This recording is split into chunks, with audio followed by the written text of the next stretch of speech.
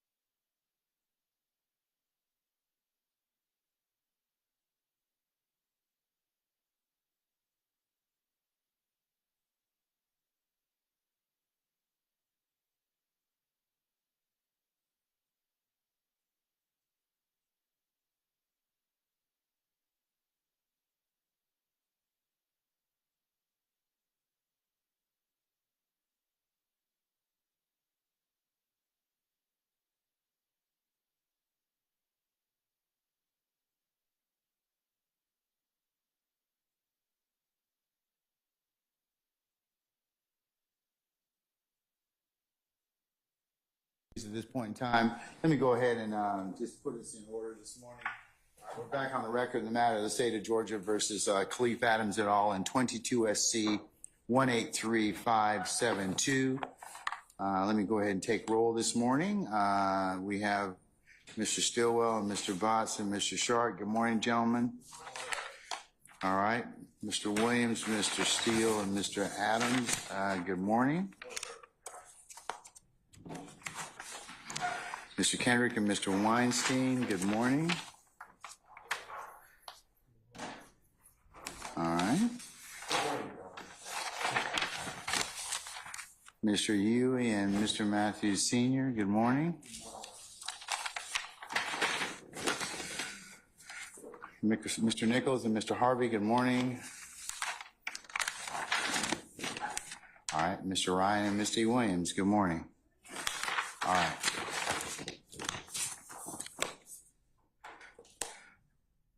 Okay, Mr. Brown, Mr. Smith, Mr. Yahelski, Mr. Atkins, Ms. Hilton. Good morning. And I saw Ms. Love earlier, so, okay, all right. Now for all the extraordinarily important people. Ms. Knight, good morning. Good morning. All right, Mr. Kokomo, good morning. Ms. Hallwinger, good morning. Mr. Mansbach, good morning. Who? Jack Pine. He was yesterday. No, it wasn't. You had another woman. That was day 4. Okay, so don't be trying to trick me, man.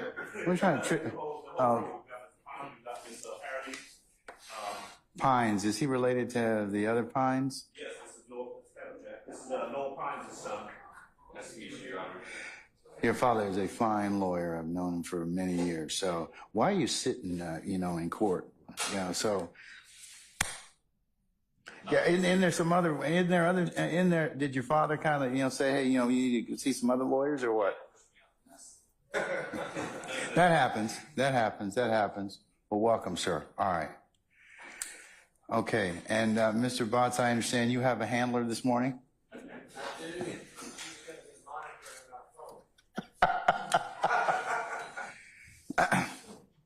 I just say you go get some classes. And who do you have, sir?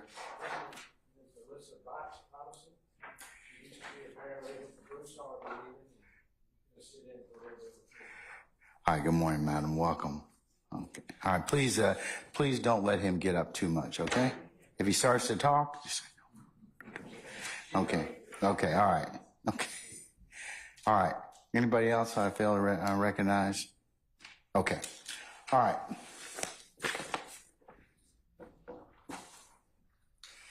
All right, Deputy Avila, all our jurors present, madam? Yes, Judge. All right. Before I call for our jurors, any issues I need to take up? Yes, Your Honor. Your Honor, yesterday evening, the state received a email from John Melnick with Mr. Steele and Mr. Sharp copied on that email. Mr. Melnick advised that he represents our next witness in this case. Prior to receiving that email, the state had spoken with our witness on multiple occasions in preparation for trial. After yesterday at about 5 or 6 p.m., whatever time I received the email, he advised that we need to cease all communications with his client. However, his client is? Mr. Kenneth Copeland. Okay. However, his client is not, there's no open pending litigation. We were operating as a witness. And so Mr. Melnick advised, I don't know if he wants to be present or not, but that he had court at 9 a.m. before Judge Krause. And so I'm bringing that to the court's attention. The state did offer Mr. Copeland use immunity in this case so that anything that he testifies to in this particular proceeding will not ever be used against him. Your Honor has signed that order, and so we are ready to move forward. However, I did want to bring to the court's attention that Mr. Melnick did advise that he was his attorney and that he was present in the building. I believe wanted to either address the court, but Okay, well, if he's inserted himself in that particular respect, he needs to probably be here. So can we send somebody up to Judge Krause's to inquire? Because, or is he here? Or is he outside? I have not seen him yet. So Is Mr. Copeland or his counsel present? Mr. Copeland is present in the courthouse, yes. All right. Where's Mr. Judge,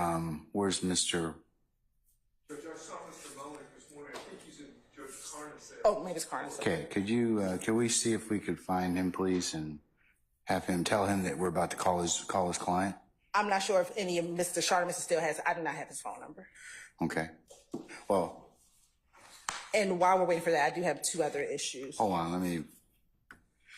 Deputy Avila, can you ask one of your colleagues, or Deputy Ham, can you see if you can go up or have one of your colleagues go up to Judge Carnesales and see if we can, one, either get him down here, or two, ask Judge Carnesale when he would be available. And tell him that we also have a witness that we need to call, okay? All right, sir. And then next, Your Honor, while we're waiting in that pendency, Mr. Copeland does have prior criminal convictions.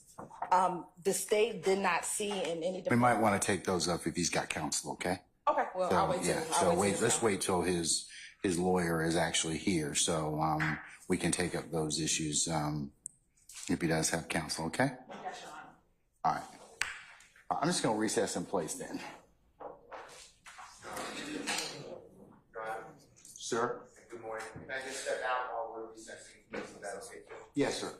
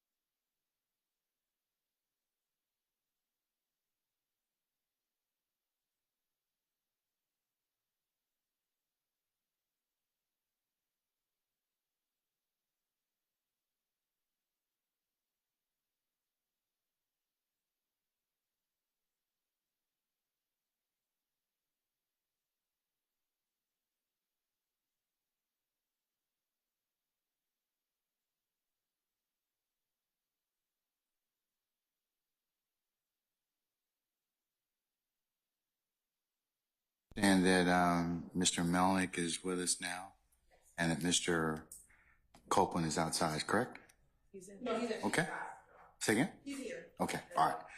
All right, Mr. Melnick, good morning, sir. Welcome. Good morning, Your Honor. All right. Sir, do you have any issues of concern or that I need to take up before the state calls your client? I do, Your Honor. Okay, go ahead. May I approach? You may. Good morning, Your Honor. Good morning, sir. So for the limited purpose of this issue regarding whether Mr. Copeland will testify at this trial, I am representing Mr. Copeland.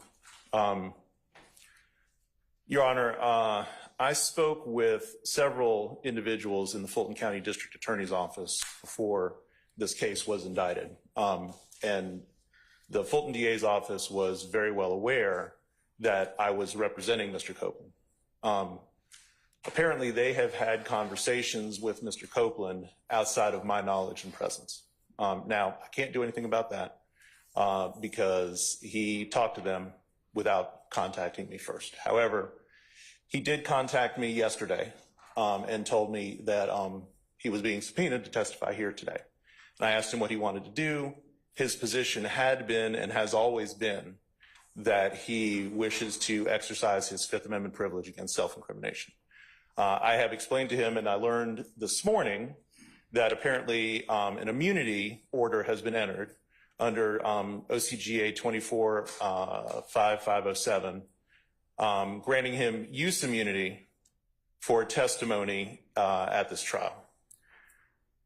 I would object to that proposition, and the reason is this. I know very well that the district attorney's office knew about my involvement in this case from the inception of this case. I spoke with Don Geary in 2021 about this matter. And he asked me whether or not Mr. Copeland intended to cooperate with the state. And what he told me is that Mr. Copeland would probably either be a witness or potentially a defendant in this case. I spoke with Mr. Copeland. We had numerous conversations between myself, Don Geary, and Thomas Greiner, who's in the Fulton County District Attorney's Office, who was prosecuting Mr. Copeland for a separate matter.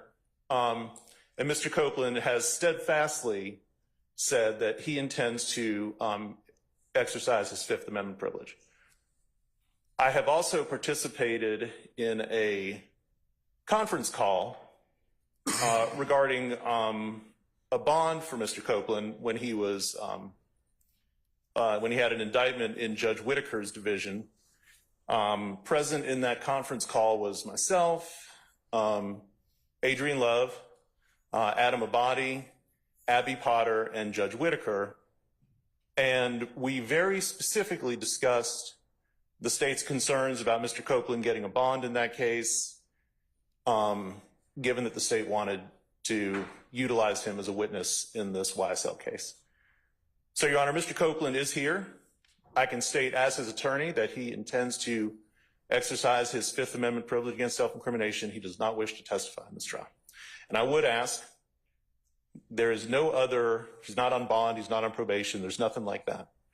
I would ask that he be allowed to leave this courtroom without being compelled to testify. All right. Ms. Hilton, do you wish to respond? Yes, Your Honor. All right. And Mr. Malik, you are correct. I did go ahead and sign this morning. I'll make a part of the record the court's order giving him use immunity. Okay? Good morning again, Your Honor. So first, let's give a timeline of events. Mr. Melnick spoke of speaking with Mr. Don Geary. I would believe What does that have to do? Let's cut to the chase. Okay? So I mean, all of that, it may be maybe historically.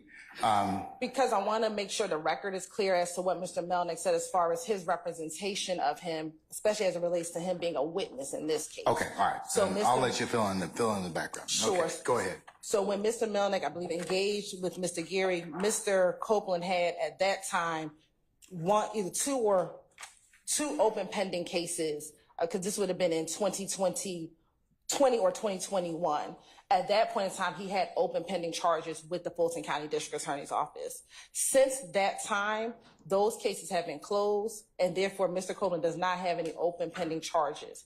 Therefore, we have not spoken to Mr. Copeland previously when he had open pending cases.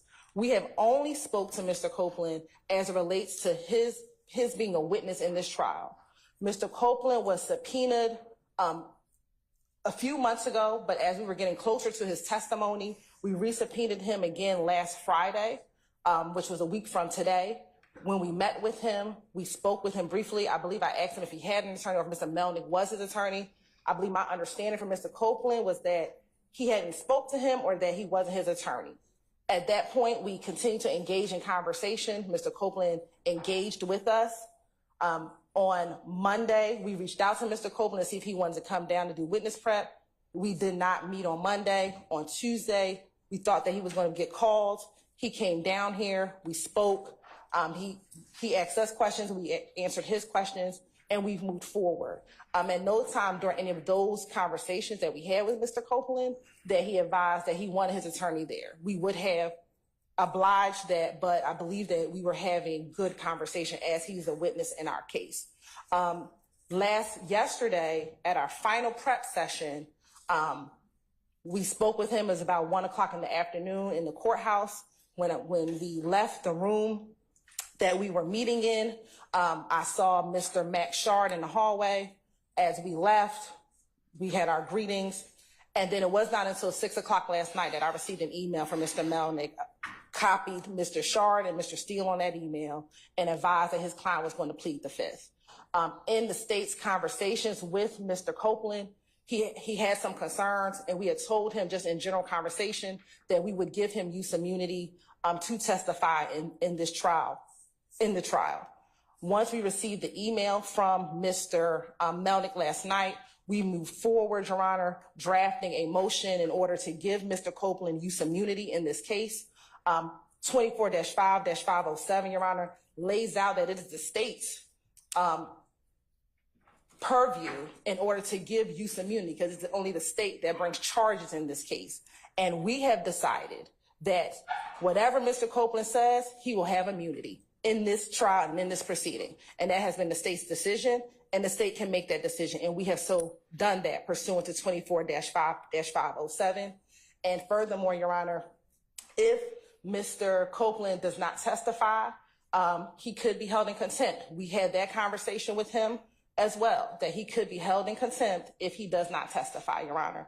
And so the state would ask that the order that the court has signed be honored, and that Mr. Copeland be compelled to testify and not insert his Fifth Amendment privilege and testify as a witness in this proceeding.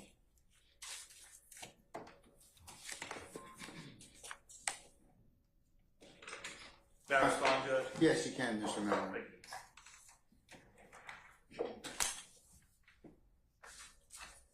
So, Mr. Melnick, here's the thing. Your client can certainly advance his Fifth Amendment privilege against self-incrimination. I have signed the order under 24-5-507.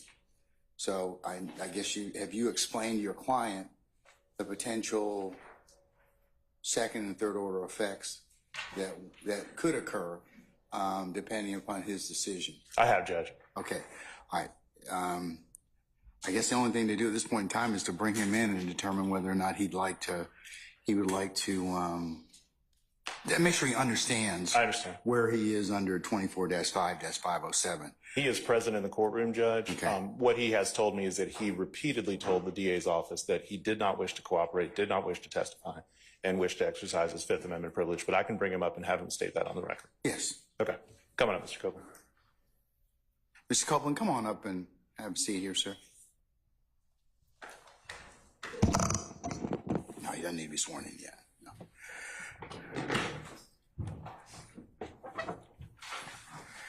All right, Mr. Copeland, your counsel, Mr. Melnick, have you had an opportunity to talk with him about testifying today? Yes. All right. Has the state provided you a letter of immunity or a copy of the order that I have signed directing that they give you use immunity? Yes. Do you have a copy of it? Yes. All right. Can we see that, please? Can I need 2 copies of it. Actually, 3. Your sign. Not yet, sir. Doesn't apply to you yet, Mr. Steele.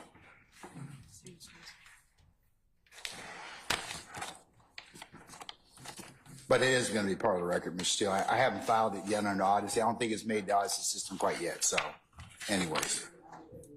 Huh? We have a proposed order. But I signed the order this morning, though. I meant the manner in which it will be filed will not be made public. Okay. All right. Which copy's been given to Mr. Copeland? The order pursuant? All right. All right. Do we have extra copies of that?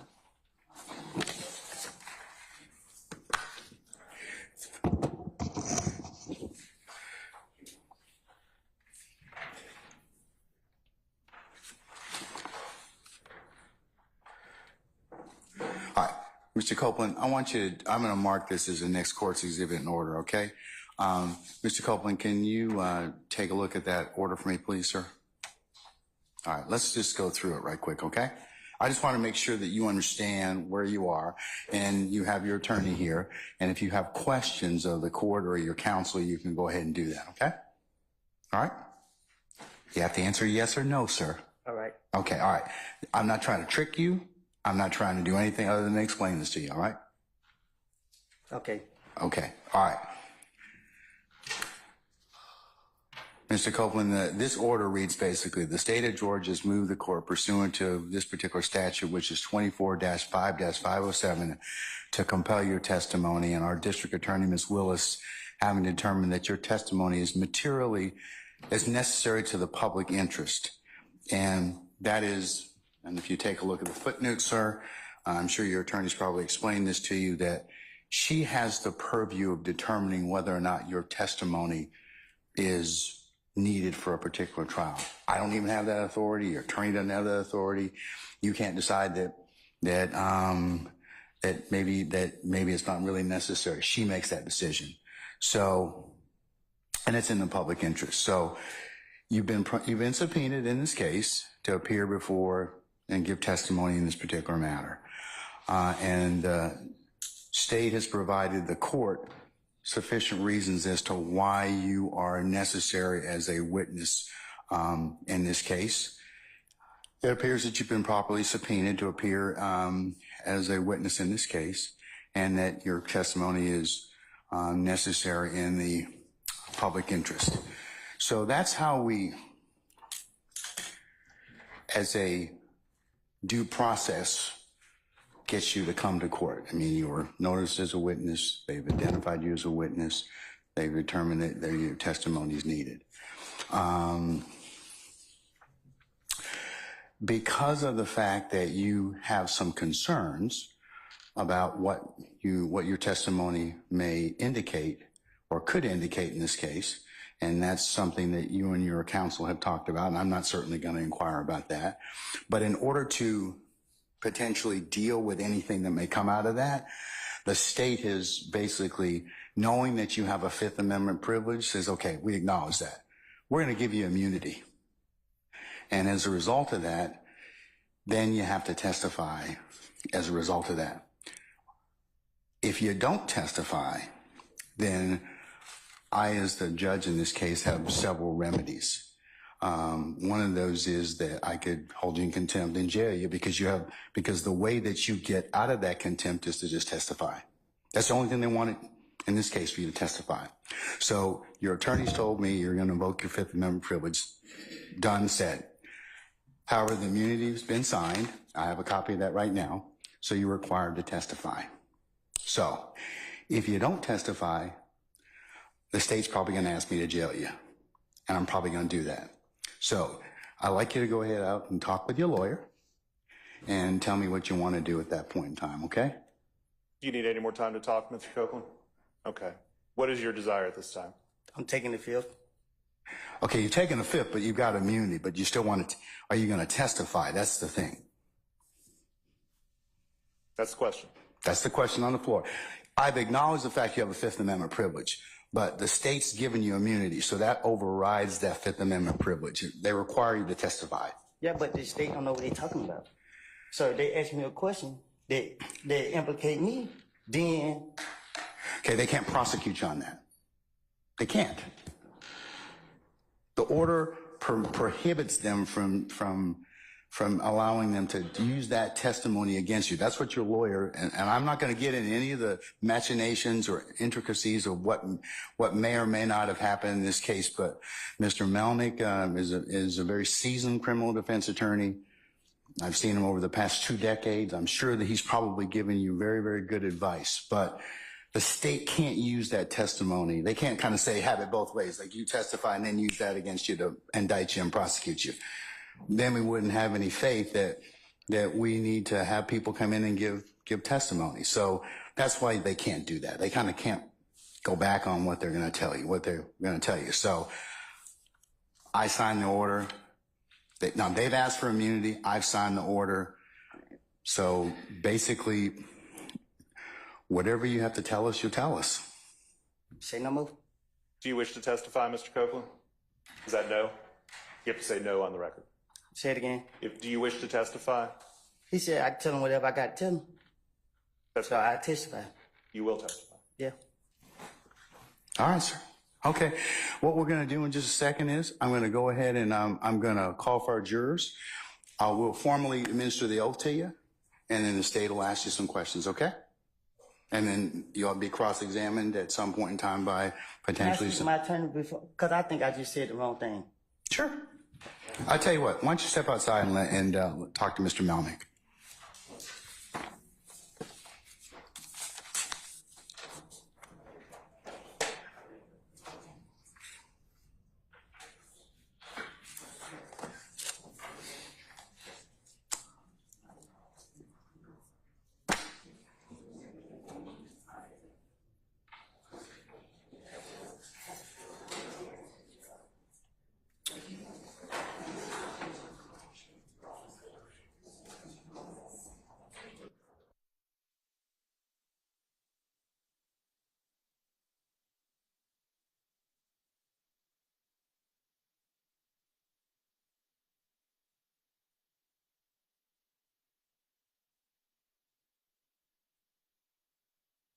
Don't go anywhere, okay?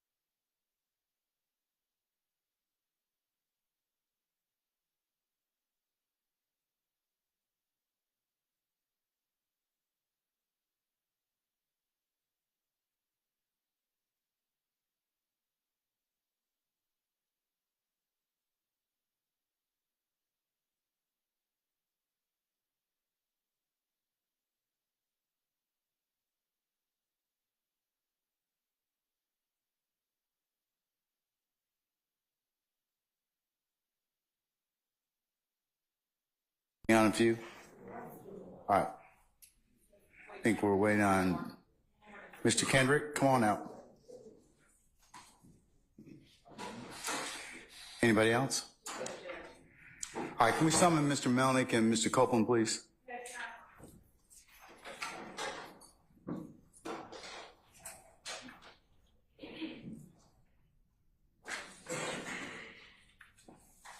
Come on up, Mr. Copeland.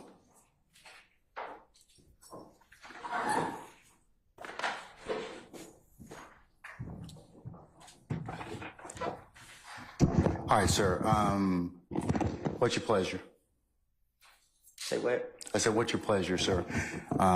Do you wish to give testimony? I know you don't want to give testimony in this case, but you've been given immunity in this particular circumstance, use immunity. So, are you going to testify?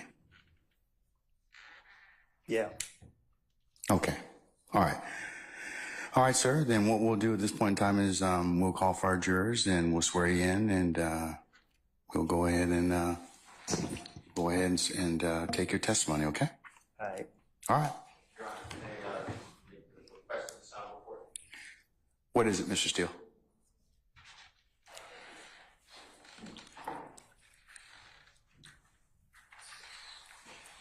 Does our witness need to be excused? Yeah, sir. Go ahead and stand outside, please, if you wouldn't mind. We'll call you in just a minute.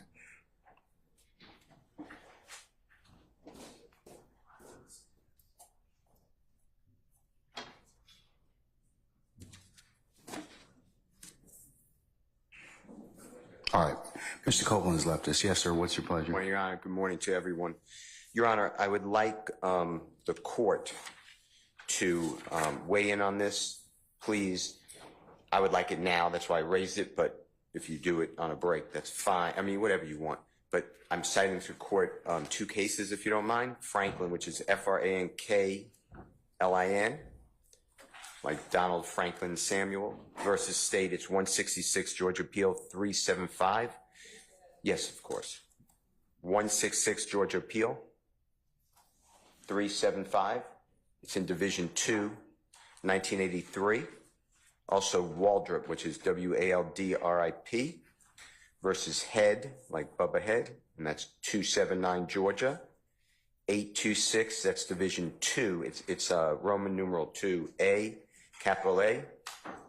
620 Southeast 2D2. Oh, that's wrong. 829 2005. And Your Honor, what I'd like you to do is the state has stated today, and Ms. Hilton told me this last evening. I don't remember the time, but maybe 6 o'clock, 7 o'clock, something like that. We had 2 telephone conversations. She said that she's met with Mr. Copeland and other members of the prosecution team. I asked for any notes that were entitled to exculpatory information under Brady. Ms. Hilton told me that there was one statement, and she emailed that to me and to everyone on the defense side. But, Your Honor, I don't have any of the other notes. Mr. Copeland met with law enforcement on the January 11th of 2015.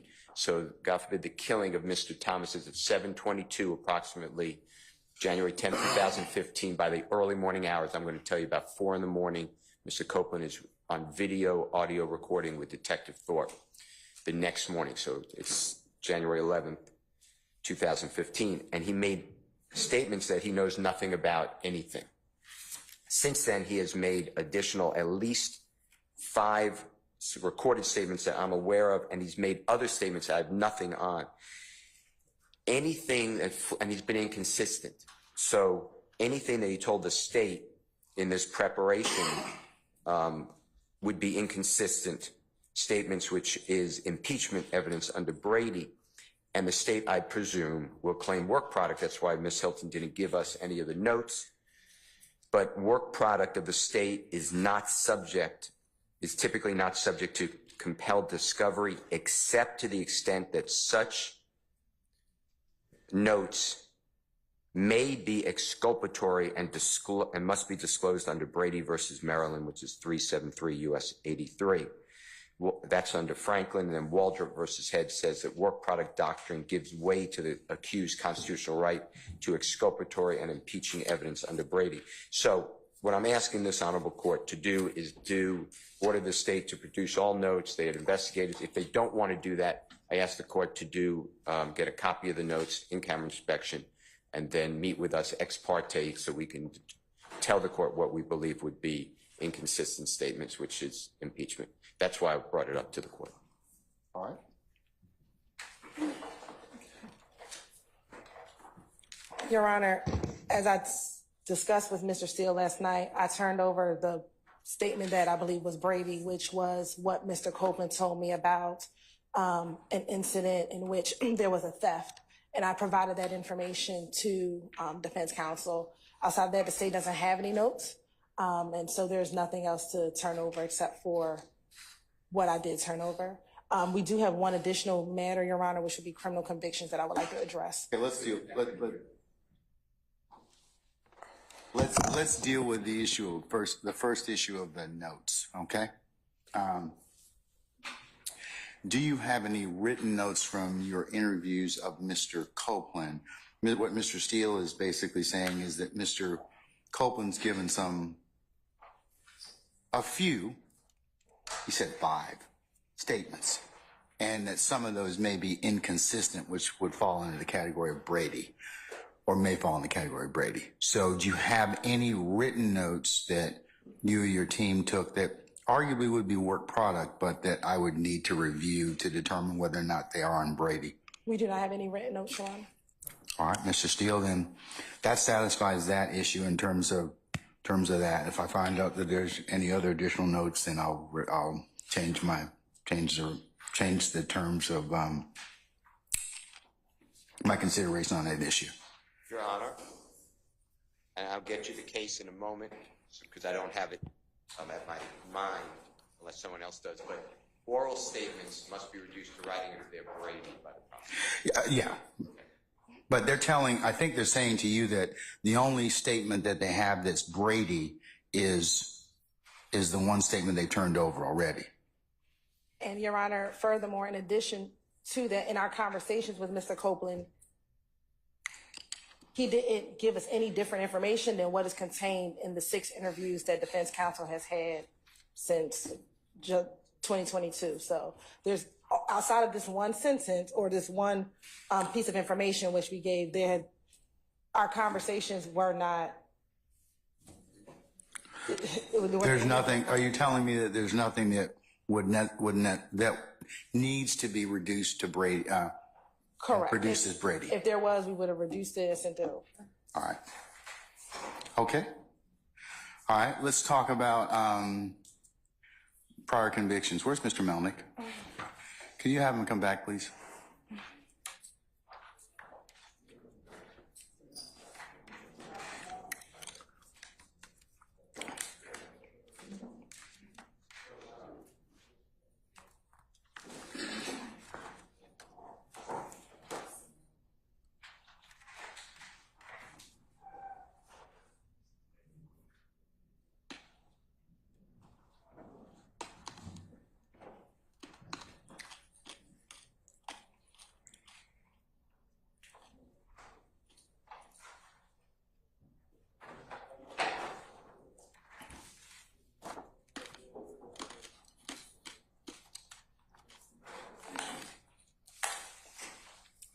All right, Mr. Melnick, I wanted you to be here for the this part of the conversation in regards to your client, because these are prior convictions. Okay.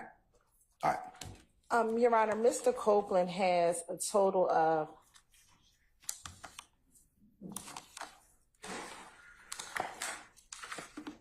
11 convictions, Your Honor, prior convictions. However, based on 24-6-609, we believe that only 4 of them will be able to be discussed during the pendency of this case. The state has not received, and if any defense counsel can correct me, any notice that they wanted to use any convictions greater than 10 years old. And so I wanted to put on the record the convictions that are greater than 10 years old. Again, I did not see any notice that any defense counsel intended to use these, so we can Or the have state's intending to use any of them. or the state's intentions to Okay. use any of them, so that we could have argument on those. So the convictions that I believe should not come in are as follows: 09 SC 82479, which was a September 1st, 2009 conviction.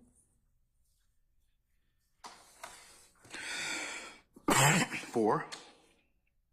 That one was for theft by taking, Okay. entering auto, and other charges. Oh, well, you know, did he plead for that?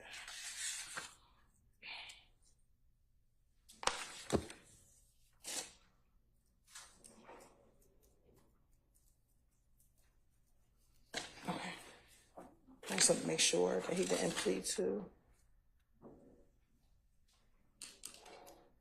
You know, in all candor, Your Honor, I believe he did plead to giving false info. So for the 09 case, he did plead to giving false information. So they would be able to use that for the limited portion of the fact that he did plead to giving false information. Yes, that part would be. That part would be. Would be admitted. The next case we have, Your Honor, is 10 SC 87662. And he pled in 2010, but he ended up pleading to a misdemeanor. He pled to misdemeanor theft by receiving.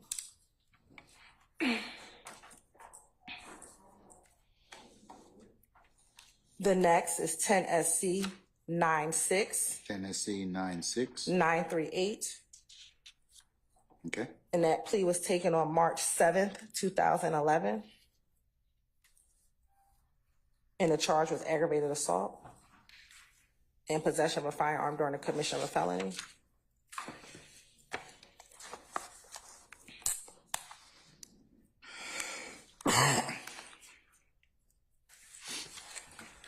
And then the next one is 12 SC 110195. He pled to this in August of 2013. And he pled to entering auto, several counts, misdemeanor criminal trespass, misdemeanor obstruction, misdemeanor theft by taking.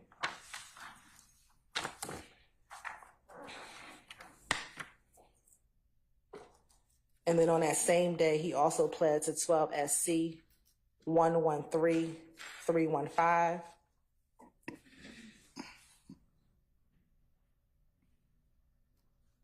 He pled to that on August 13, 2013. And there he pled to terroristic threats, aggravated assault, and battery. Then, Your Honor, he also had another case, which was null prost, which was 12 SC 113001. And another case, which was null prost, 13 SC, this was a re-indictment of that 12 SC case. So the number was 13 SC 120161.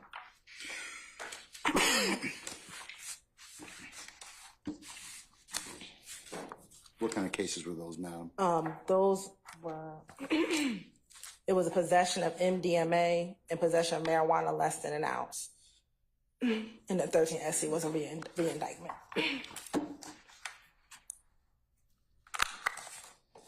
All right. And so we believe the admissible convictions, and I can put that on the record, Your Honor,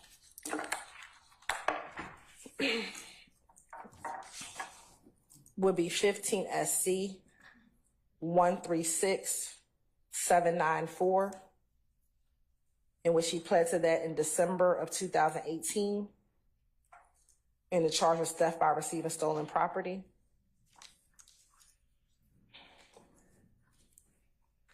The next is 20 SC 176851. And he pled on January 25th, 2022. I'm sorry, Ms. Hill, can you repeat that last number? Sure. The indictment number or the date? Indictment number.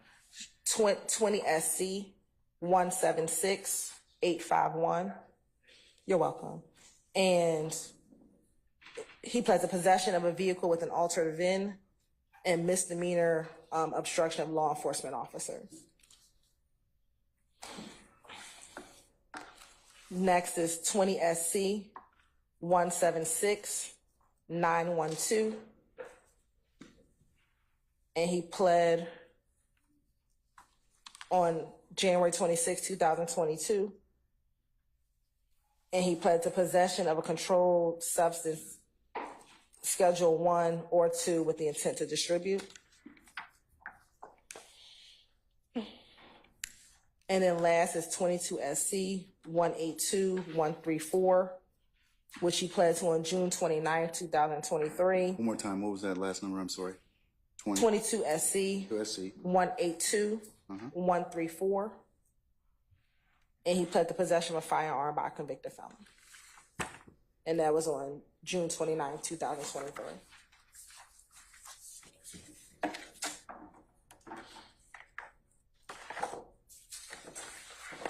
And Your Honor, there's also a federal indictment. I do not, but he pled to that federal indictment in 2015.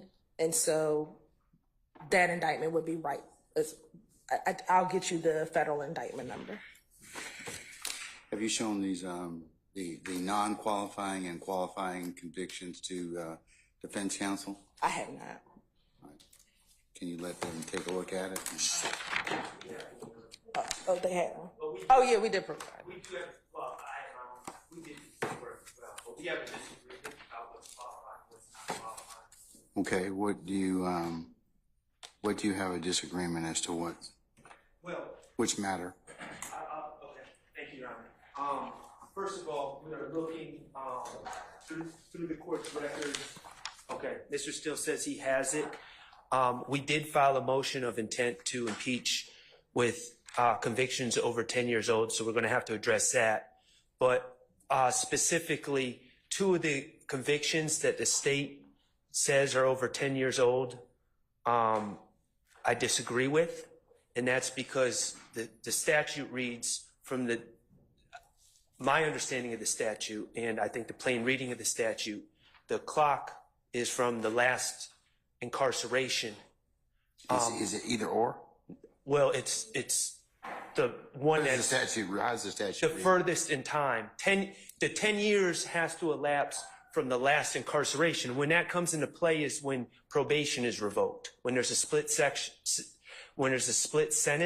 and then probation is revoked. And I can get you the cases. But, Your Honor, 12 SC 110195, as well as 12 SC 113315, we would agree that the plea was entered over 10 years ago. However, on the court's records, the probation was revoked on 2/21/15. He was in custody at the time, so he's been incarcerated on those charges.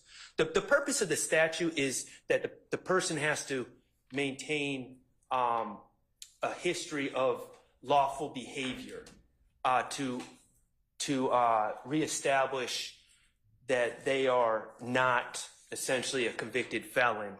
And Which statute are you talking about? Just so I can pull it up. But which one are you talking about? I don't have the number. The impeachment by prior conviction, 609B. 609B.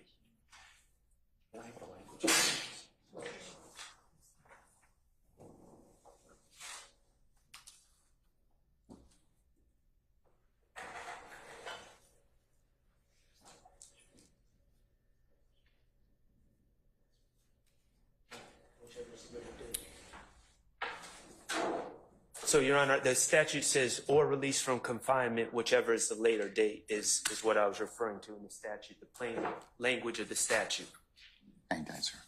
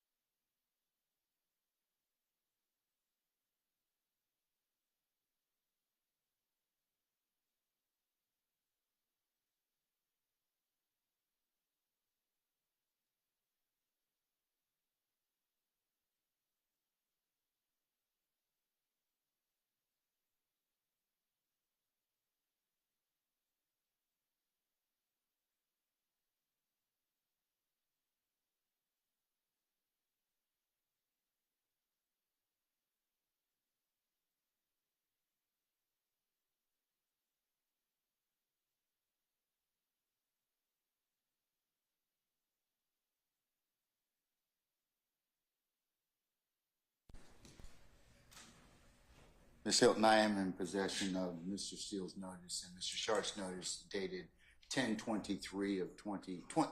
It was actually filed, or e-filed 10/24 of 2023, giving notice of intent to impeach by conviction greater than 10 years pursuant to 24-6-609. So it seems like the notices were in fact given timely. I'll include it as the next court exhibit in order. The only thing I have to do is do a 403 balancing test. So is there any reason why they wouldn't necessarily be prejudicial?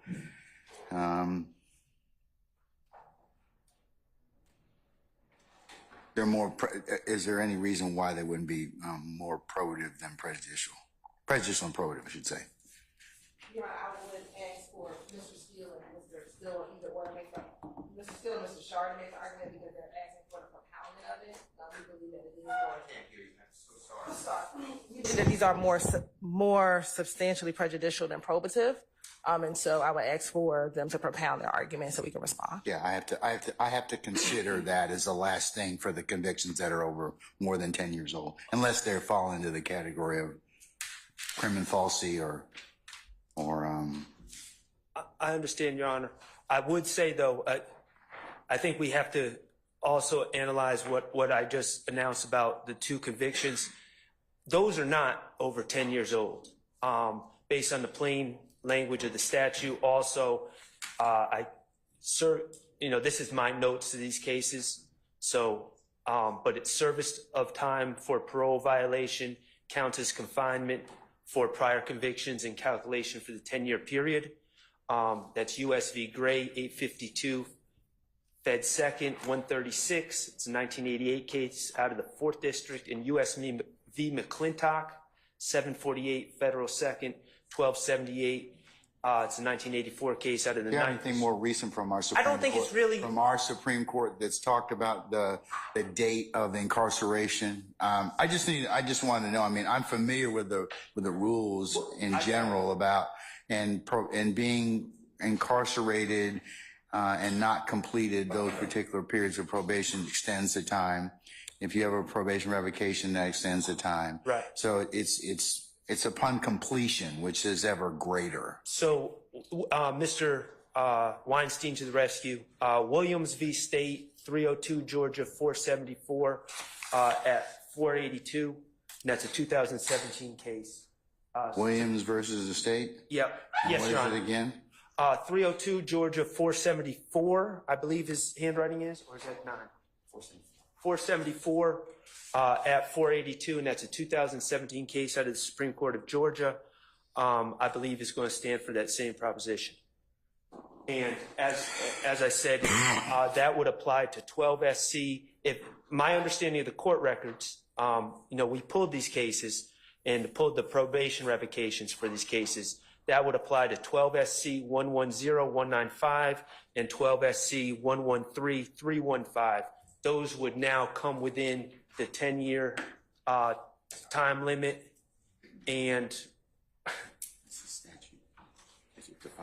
yes, and also, Your Honor, just a plain reading of the statute, it defines time limit, and it says, evidence of conviction under this code shall not be admissible if a period of more than 10 years has elapsed since the date of the conviction or of the release of the witness from the confinement imposed of such conviction, whichever the later date, unless the court determines in the interest of justice that the probative value of the conviction supported by specific facts and circumstances substantially outweighs the prejudicial effect.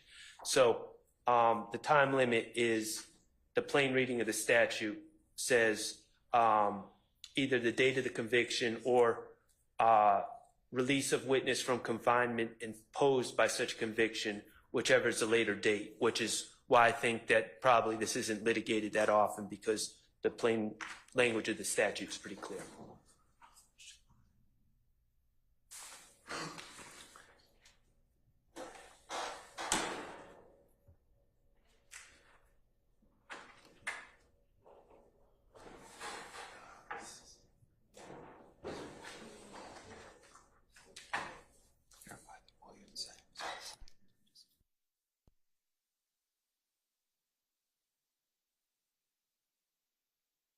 Your Honor, I'm sorry.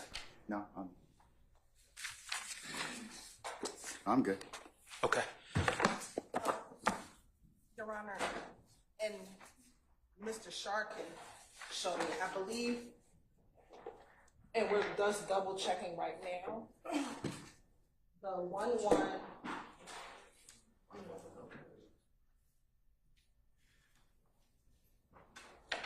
We would agree with the 11315 because it looks like he was revoked and required to do 6 months on 12/18/2020. So Right. if he was in confinement, even if it was for 6 months, 10 years would be 2030.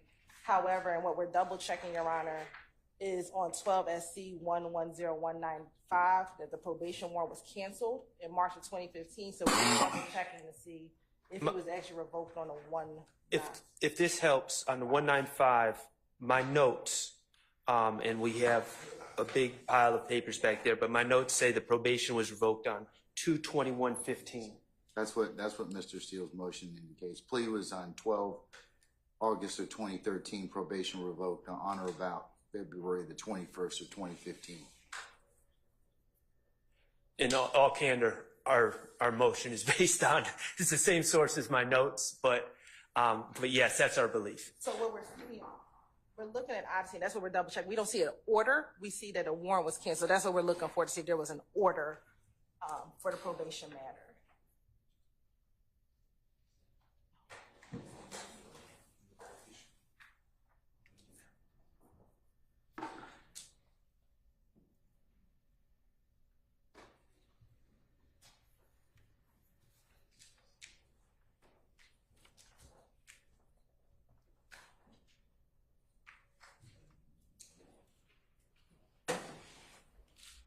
While y'all are looking, I'm just going to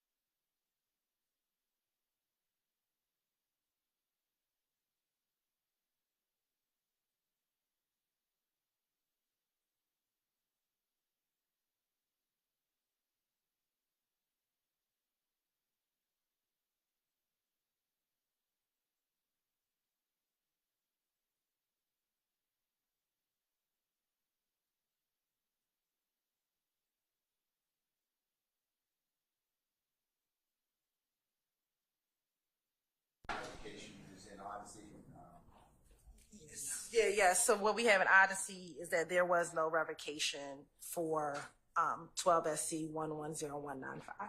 Mr. Seal, Mr. Short, do you have any documentation showing there was in fact a revocation?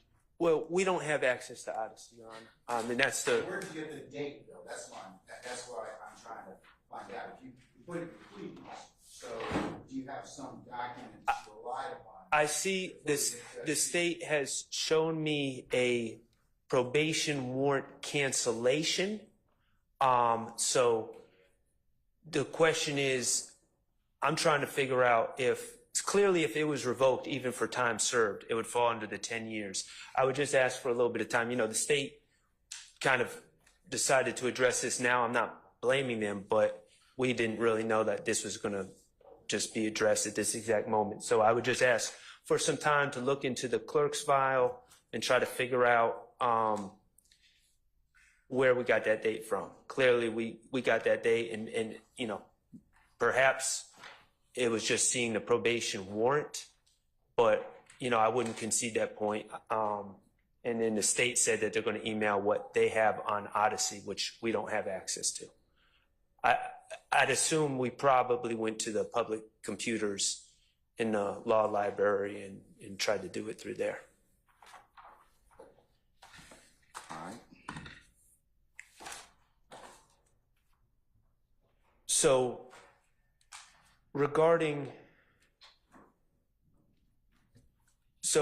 my understanding where we are right now, the 3315, the state has conceded that falls within the 10 years, so that's not on the table. The 0195 may or may not be on the table depending on what we learn about that case. But for the ones outside the 10-year, we did give timely notice. You did. And so that's going to be a balancing. So to address those, tell me why they're more probative than prejudicial at this point in time. Well, for prejudice, it's a bit confusing to me because I don't know who would be prejudiced by the truth about Mr. Copeland's prior convictions coming out. Certainly he wouldn't be prejudiced.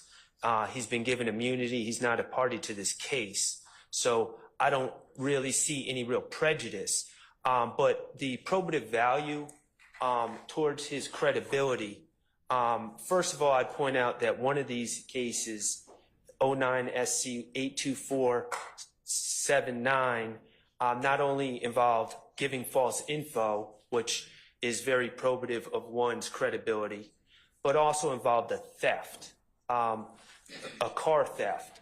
Thefts are viewed as more probative to credibility than other non-crimes that involve some level of deceit or dishonesty. So the fact that it's a theft makes it particularly probative towards credibility. But also, Your Honor, Mr. Copeland is the key witness to a number of acts in this case. He's really one of the key witnesses of the case, if not the key witness. His credibility is the crux of this case. He's the linchpin of this case. I anticipate that he's probably going to be on the stand for a week or more. So one of the factors that we take into account when we're doing the balancing test is the importance of the witness's credibility towards this case. And his credibility and the ability of the jurors to consider his entire history, his entire criminal history is paramount to assessing his credibility. And I'll point out, Your Honor, one other thing that I think is relevant towards the probative value of credibility. If Mr. Copeland was someone who, say, had an 09 SC 82479 case and had a conviction, and then, learned from that conviction, turned his life around, went about, got a job wherever, was working, taking care of his children and taking care of his family, and just living a law-abiding life, I think the argument would be stronger for it lacks probative value. But he hasn't done that. He's continued to commit crimes, to violate the law, to lie, to commit crimes indicative of a lack of credibility. So this tells the whole story. And I don't know why we wouldn't give the jurors the whole story about a man's history and his lack of credibility when his credibility is ultimately so important in this case. I don't know what he's going to testify to, but I do know that there's a possibility that things he said are going to come out, and the jurors need to know, can we believe this guy or not? And they need to have the full story about Kenneth Copeland and his criminal history. All right, sir. State, you wish to respond, or? Your Honor, I don't believe them having the full history is what will determine his credibility. They have now 5 convictions that they can impeach Mr. Copeland on. The issue is he a convicted felon? He is, and they have 5 convictions. These other 4 from 2009 and 2010 would be substantially prejudicial in this case, given that they have more recent charges for which he was convicted of. These charges, again, are theft by taking. They already have a theft case that they can use to impeach him if they choose to do that. The other one is an ag assault, and the other is an entering order. I want to be clear that there is the 10 SC 87662 case, which he pled to a misdemeanor, which they could not use because he only got 12 months in custody on a Is that theft. the one, the theft by receiving stolen property? That's the theft by receiving. 10 SC 87662? Correct. So the 3 indictments that we're looking at, I believe, is 09 SC 82479, 10 SC 96938, and the 12 SC 110195. What about the 9 CR 35, and then there's 44, it's 4444. 09 CR, that would be a misdemeanor because that would be solicitors. If it's 09 CR, that would be a solicitor general's case. What about the 09 SC 82479? 79. Yes, Your Honor. So the 3 cases that we're looking at, Your Honor, is 09 SC 82479, 10 SC 96938, and 12 SC 110195. Way over. No, they usually bring that up. Nick.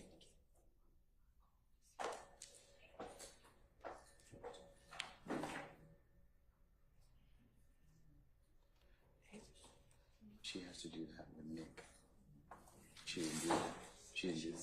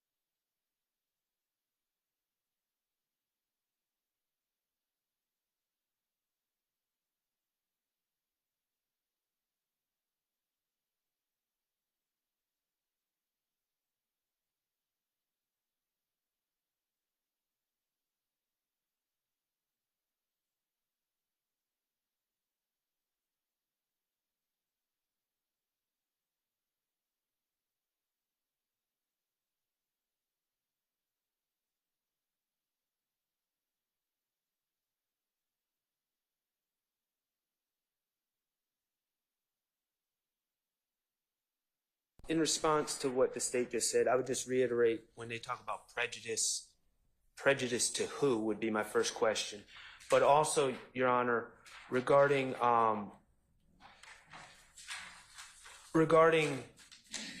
the misdemeanors, the state is suggesting that there's a ban on misdemeanors if they're not felonies, but I would point, Your Honor, to 246609A2, which reads evidence. This is what can be used to impeach as far as convictions. It says evidence that any witness has been convicted of a crime shall be admitted regardless of punishment. If it readily can be determined that establishing the elements of It such says crime. in excess of 1 year. So it's got to be in excess of 1 year.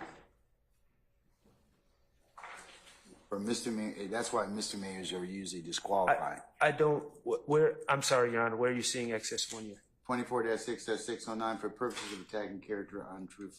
Right, but under A2, not A1, A2, A2. allows, it's for crimes of dishonesty. The elements of such crime required proof or admission of an act of dishonesty or making a false statement. Yeah, but And what are these misdemeanors? they're misdemeanor theft by receivings and thefts. Those are dishonesty.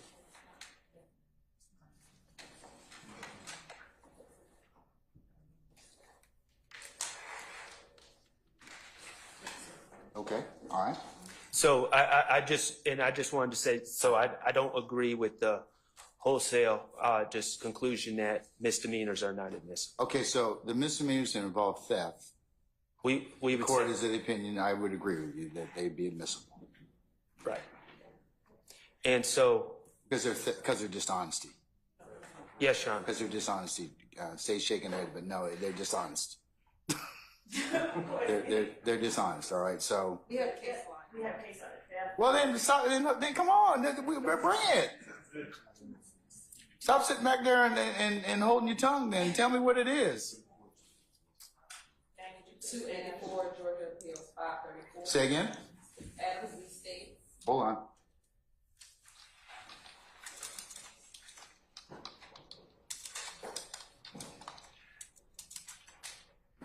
Go ahead. What is it? 284 Georgia Appeals 534.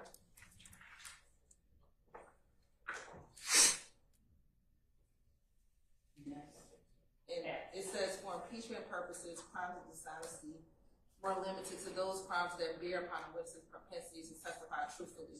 Accordingly, misdemeanor theft by receiving stolen property was not a crime involving dishonesty. Yeah, that's what it says, Mr. Sharp. But the given false name is, so. Given false name is? Yes, Your Honor. Yes. That's a 2007 case, which I believe is under the old evidence code. Hasn't changed. And it also has, I'm just trying to, it's got a big yellow triangle.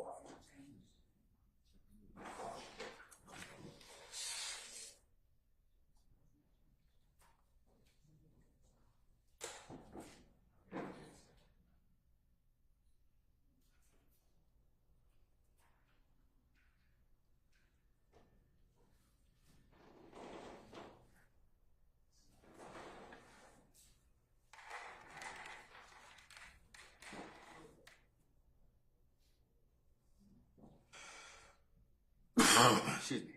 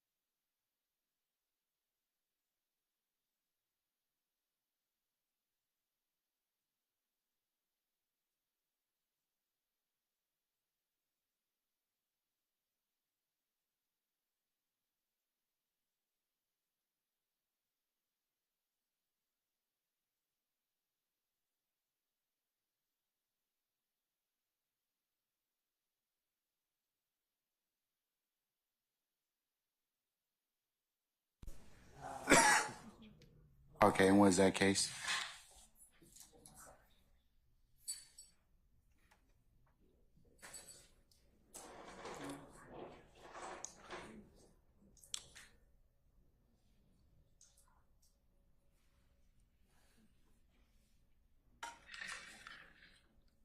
Your Honor, we maintain that the case is cited as good law.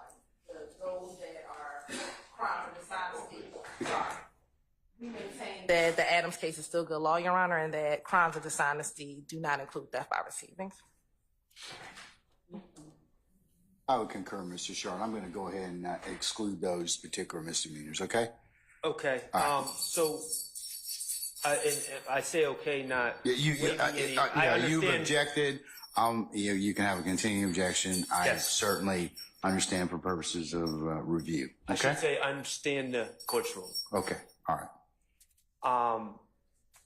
Regarding 09 SC 82479, 10 SC 96938, we still have the probative value of credibility versus prejudice balancing that Your Honor needs to do. I'm gonna rule that they're more probative than prejudicial. Okay? Thank you. All right. And that applies to 12 SC 110. I mean, that was the one we weren't sure if it falls within the 10 years or not. That would apply. Well, you don't know whether or not have you found out whether or not Well, if you find it's more probative than prejudicial, then it really doesn't matter. which one are you talking about? 12 SC 110195. It's That's the what? entering autos. And the probation, I felt it was revoked, and I asked to look into it to see if it occurred within the 10 years. But if Your Honor is finding these prior convictions more probative, then it really doesn't than matter. prejudicial, so it wouldn't make a difference at that Okay. point. Thank Okay. you. You're allowing them in, Your Honor? I'm gonna allow them in. Thank I'm you. gonna allow them in. Thank you. Thank you. Okay. All right. While you're calling in the jury, Your Honor, can I just take a comfort break? If I'm getting ready to call the jury in, I can do it at the same time. All right. Thank you. Ladies and gentlemen, we're going to take 10 minutes, take a comfort break, and we'll see where the day leads us at that point in time. Okay? All right.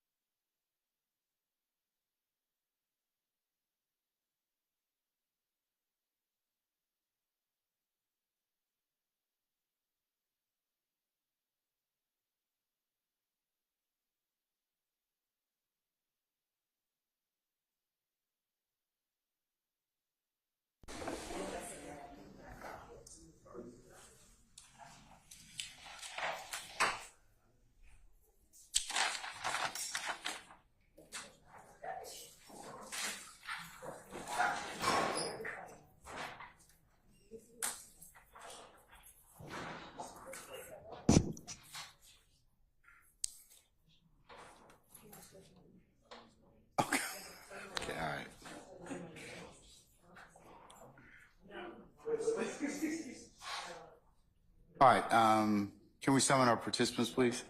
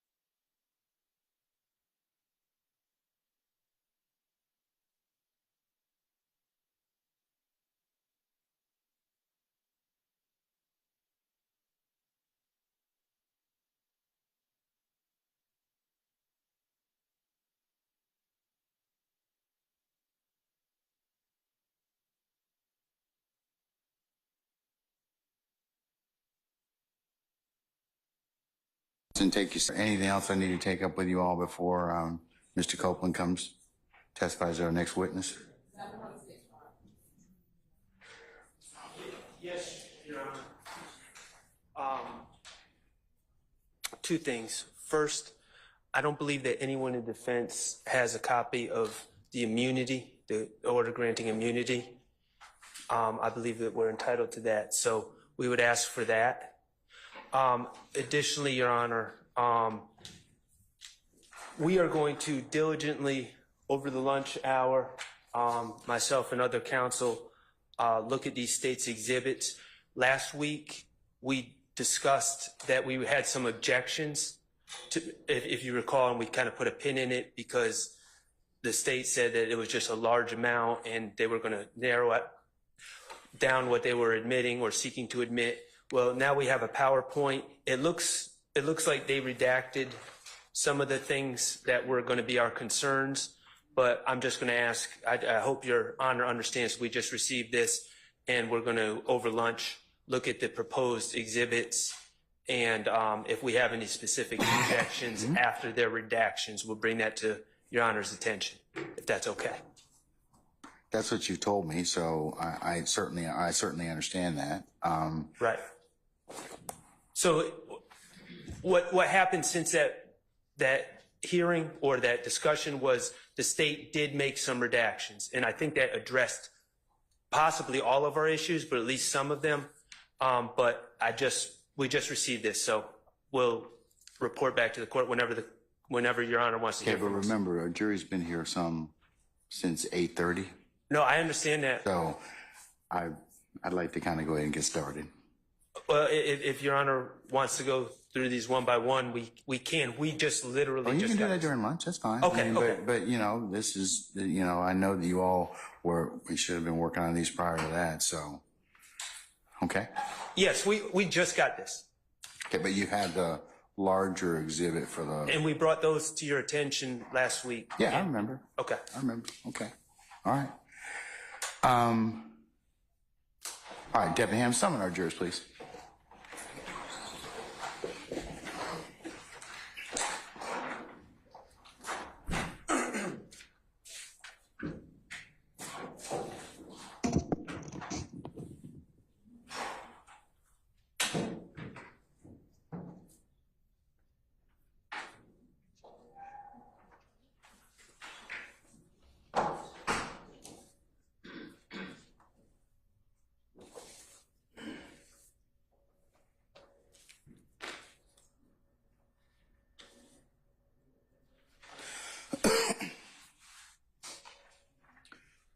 Oh, we're waiting. Where's Mr. Melnick? And Mr. Copeland? He's waiting. Okay. All right.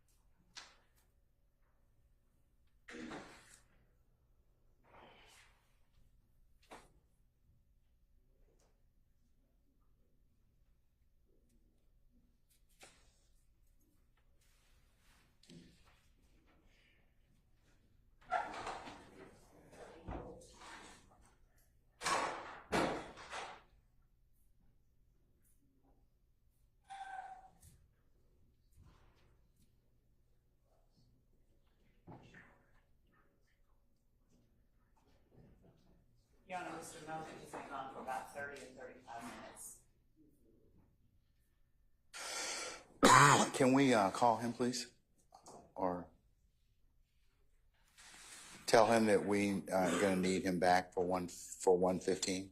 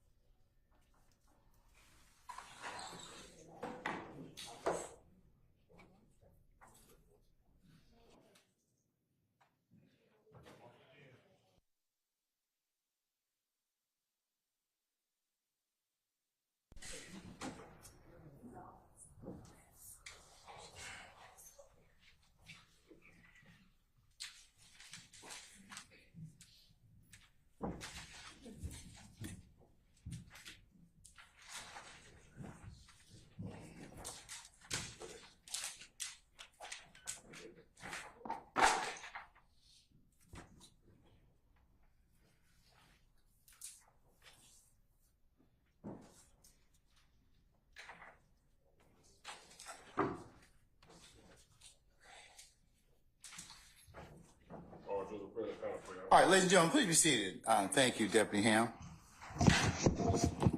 All right, ladies and gentlemen of the jury, good afternoon. Oh, I know y'all sound weak. I know you've been wondering, well, what are they doing? I remember I told you there are times that we have to work, and this morning's been one of those such times. So please, as we've indicated before, thank you for your patience. Given that I just wanted you all to know that we hadn't forgotten about you, but that we are going to go ahead and formally just break for lunch at this point in time. Okay, so what I'm going to have you do is come back for 1:15. It's about almost 12:15 right now. Come back for 1:15. We'll go ahead and see where the day leads us at that point in time, okay? Yes, sir. All right, so, ladies and gentlemen, we'll be in recess till 1:15. We'll see you then, okay? All rise.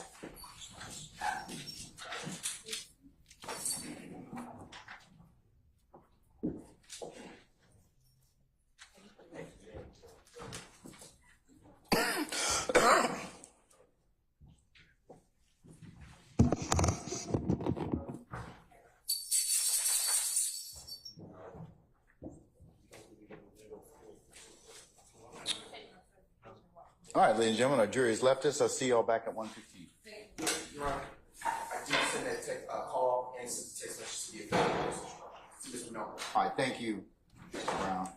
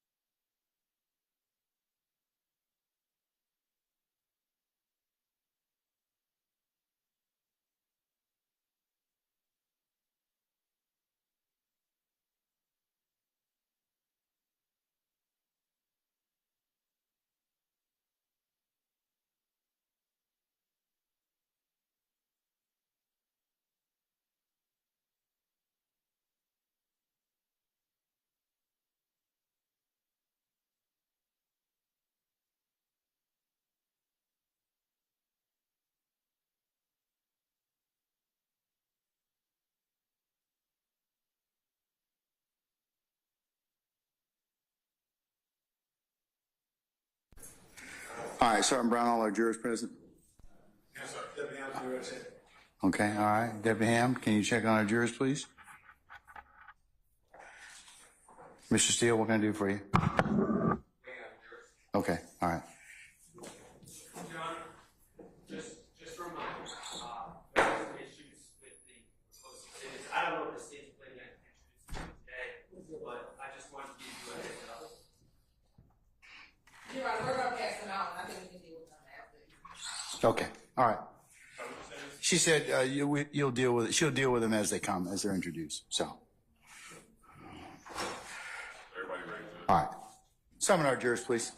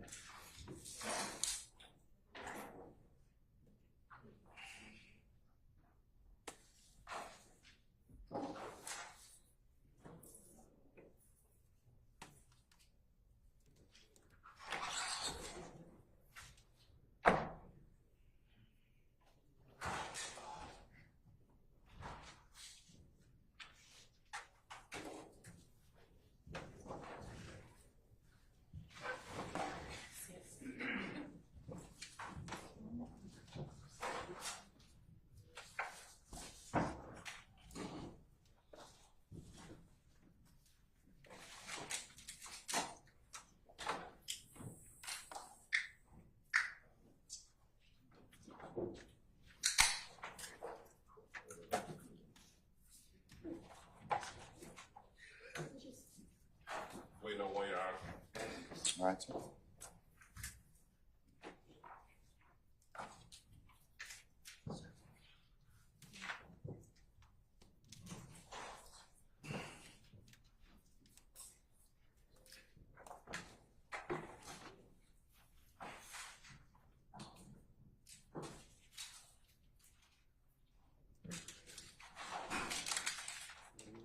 All right, ladies and gentlemen, please be seated. All right, thank you, Deputy Ham. Ladies and gentlemen of the jury, good afternoon. All right. Without further delay, we're going to go ahead and call the next witness. State. Your Honor, Ms. Hilton calls Kenneth Copeland to the stand. All right, summon Mr. Copeland, please.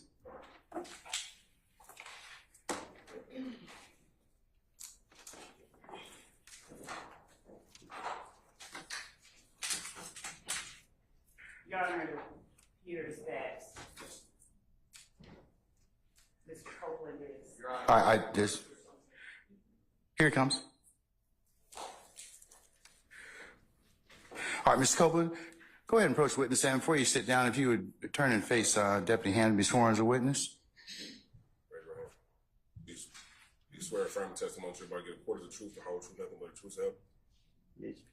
You may be seated. You state your first and last name with the spelling of both, please. You say that again? State your first and last name with the spelling of both, please. Kenneth Copeland. Mr. Copeland, do me a favor. Pull your chair up as close as you can to the microphone and speak directly into it so we can all hear you. So if you could state and spell your first and last name for the record, please. Kenneth Copeland. Spell it, please. KennethCopeland. All right, thank you, sir. All right. And Mr. Copeland, good afternoon. Do you want to be here? Ma'am, Do you want to be here? I'm here. Okay. Are you going to let me ask you some questions? Okay. How old are you? Grown. Okay, what does grown mean? I'm an adult. Okay. And when you say you're an adult, what number in years are you?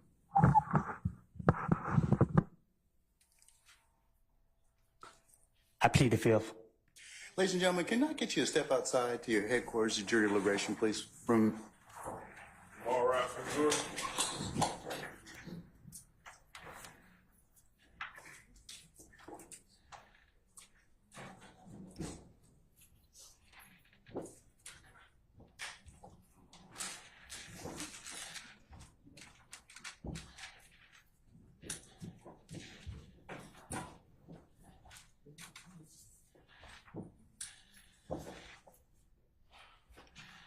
All right, ladies and gentlemen, please be seated. Our jury has left us. Mr. Copeland, given the fact that you have invoked your Fifth Amendment privilege, but the state has already given you immunity under 24-5-507, this court holds you in willful contempt, and we'll see you on Monday. And we'll see if we can get some more testimony at that point in time. Take him into custody.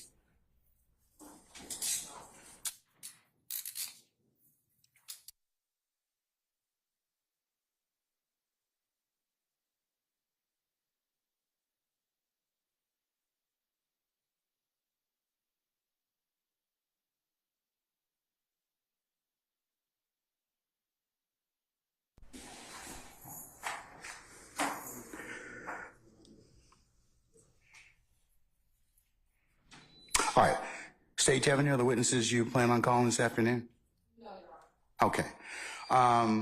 What I'm going to do is I'll call our jury and tell them that you're going to be in recess for the weekend, and we'll come back on Monday.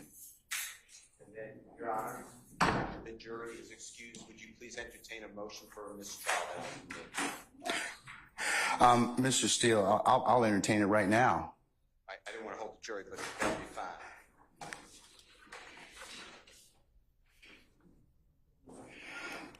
And what's the basis for your mistrial? We didn't know he was going to invoke. We didn't know what he was going to testify to, and I certainly didn't let him. He was only asked one question. So at this point in time, there's really, you can't knowingly let a witness invoke their Fifth Amendment privilege in front of a jury, but that didn't happen in this case. Last thing we heard from Mr. Copeland was he was going to testify. So everything you say, I'll adopt, because I was about to say those words. Based upon information belief, I'd like to call witnesses from the prosecution. I was told, I do not have the personal information, but I was told that Mr. Copeland made that known to officers of the prosecution team prior to being called right now. But it's what I was told. The last thing the court knew, and he has counsel. If a party knows that a witness is going to invoke the Fifth Amendment in front of a jury, which poisons us, there's no doubt it prejudices Mr.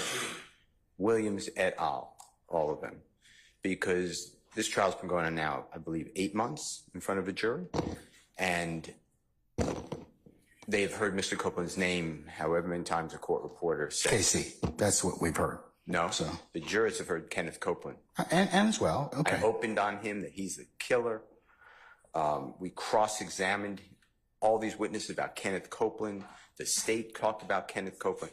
My point is, if this honorable court finds that the state knew or had reason to believe that he was going to do this in front of a jury, that his response was going to be, I'm invoking the Fifth Amendment, then, Your Honor, yes, I adopt what you said. That's wrong of a party, and I'm moving for mistrial. Okay. Okay. All right, sir. Thank you. All right. Yes, sir. It would apply to everyone. Yes, Ms. Love. Your Honor, I'd just like to put some things on the record regarding Mr. Copeland. As we stated earlier, Mr. Copeland has... I don't want to interrupt you. Your Honor, I'm just telling the court I am not accepting the proffer. Your Honor, if I may... Okay, but counsel gets the proffer, Mr. Steele. I can accept that. So could you sit down at that time, sir? Sit down. Okay, thank you, sir. All right, Ms. Love, you can complete your proffer at this point. Your Honor, yes. Just to relate to the court the observations that members of our office have made throughout the course of this morning and throughout the time that we've been dealing with Mr. Copeland. Our cause for concern is Mr. Copeland's communication that he is going to us, that he is going to speak that he is going to speak on the stand, that he is going to testify, and watching what happens when Mr. Copeland gets on the stand. Mr. Copeland did not want to have to be taken into custody.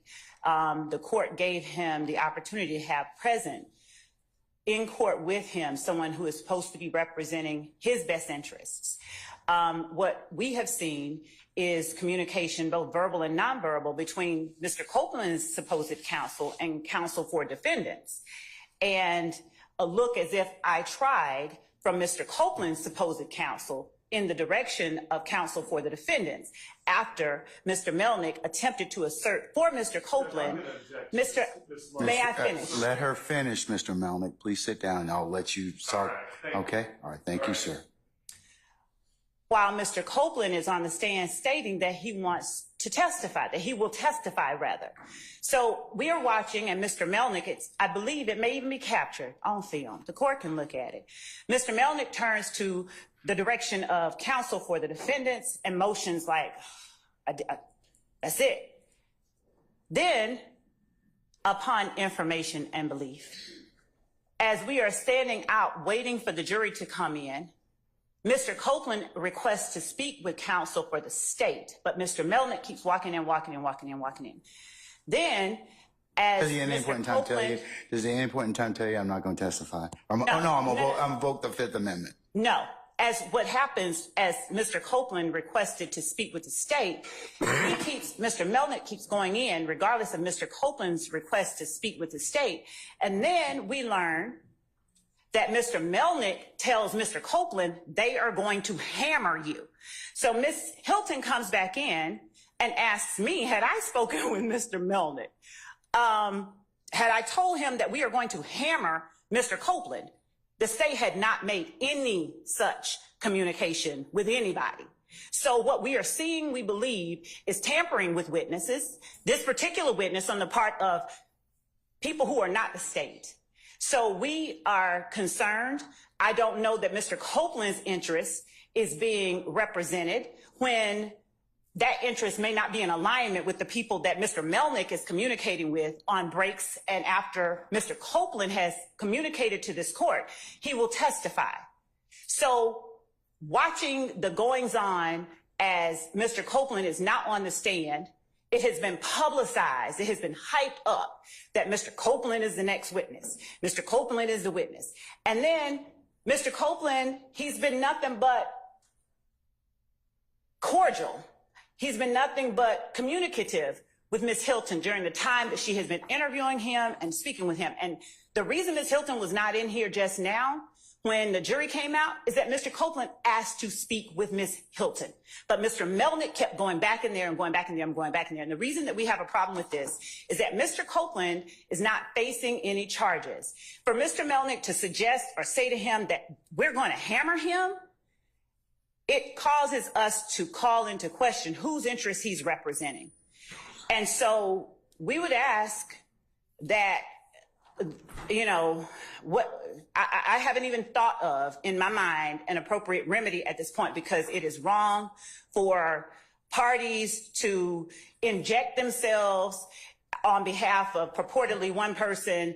And I don't know. I guess they're, you know, I don't know what's going on, but I can say that this entire day, starting from the point at which Mr. Melnick is invoking Mr. Copeland's Fifth Amendment right after Mr. Copeland has said he's going to testify, has gone a little off rails, and it's a little bit concerning.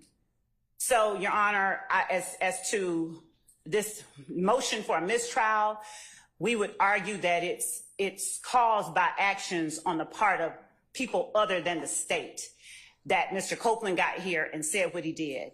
So we will continue to speak with Mr. Copeland because Mr. Copeland doesn't have any charges that are open. If he asks to speak with us, which he has, we'll go and speak with him.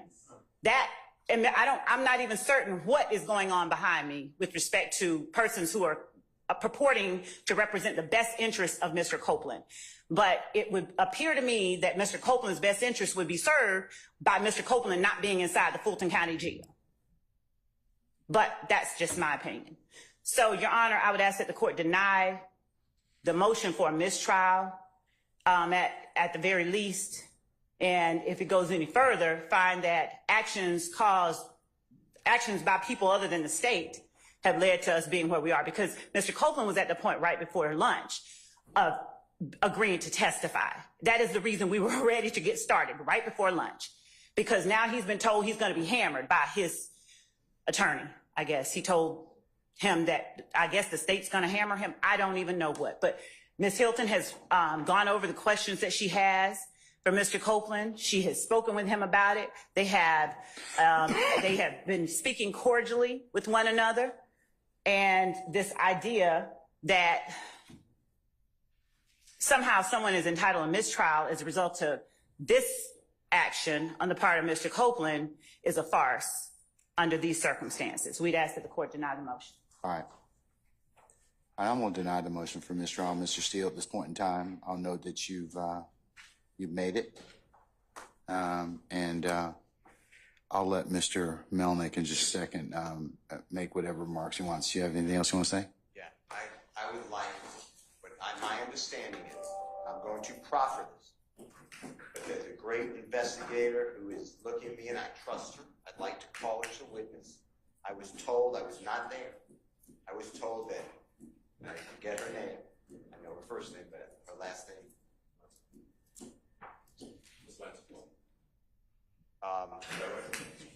And Investigator Long, and I may be wrong,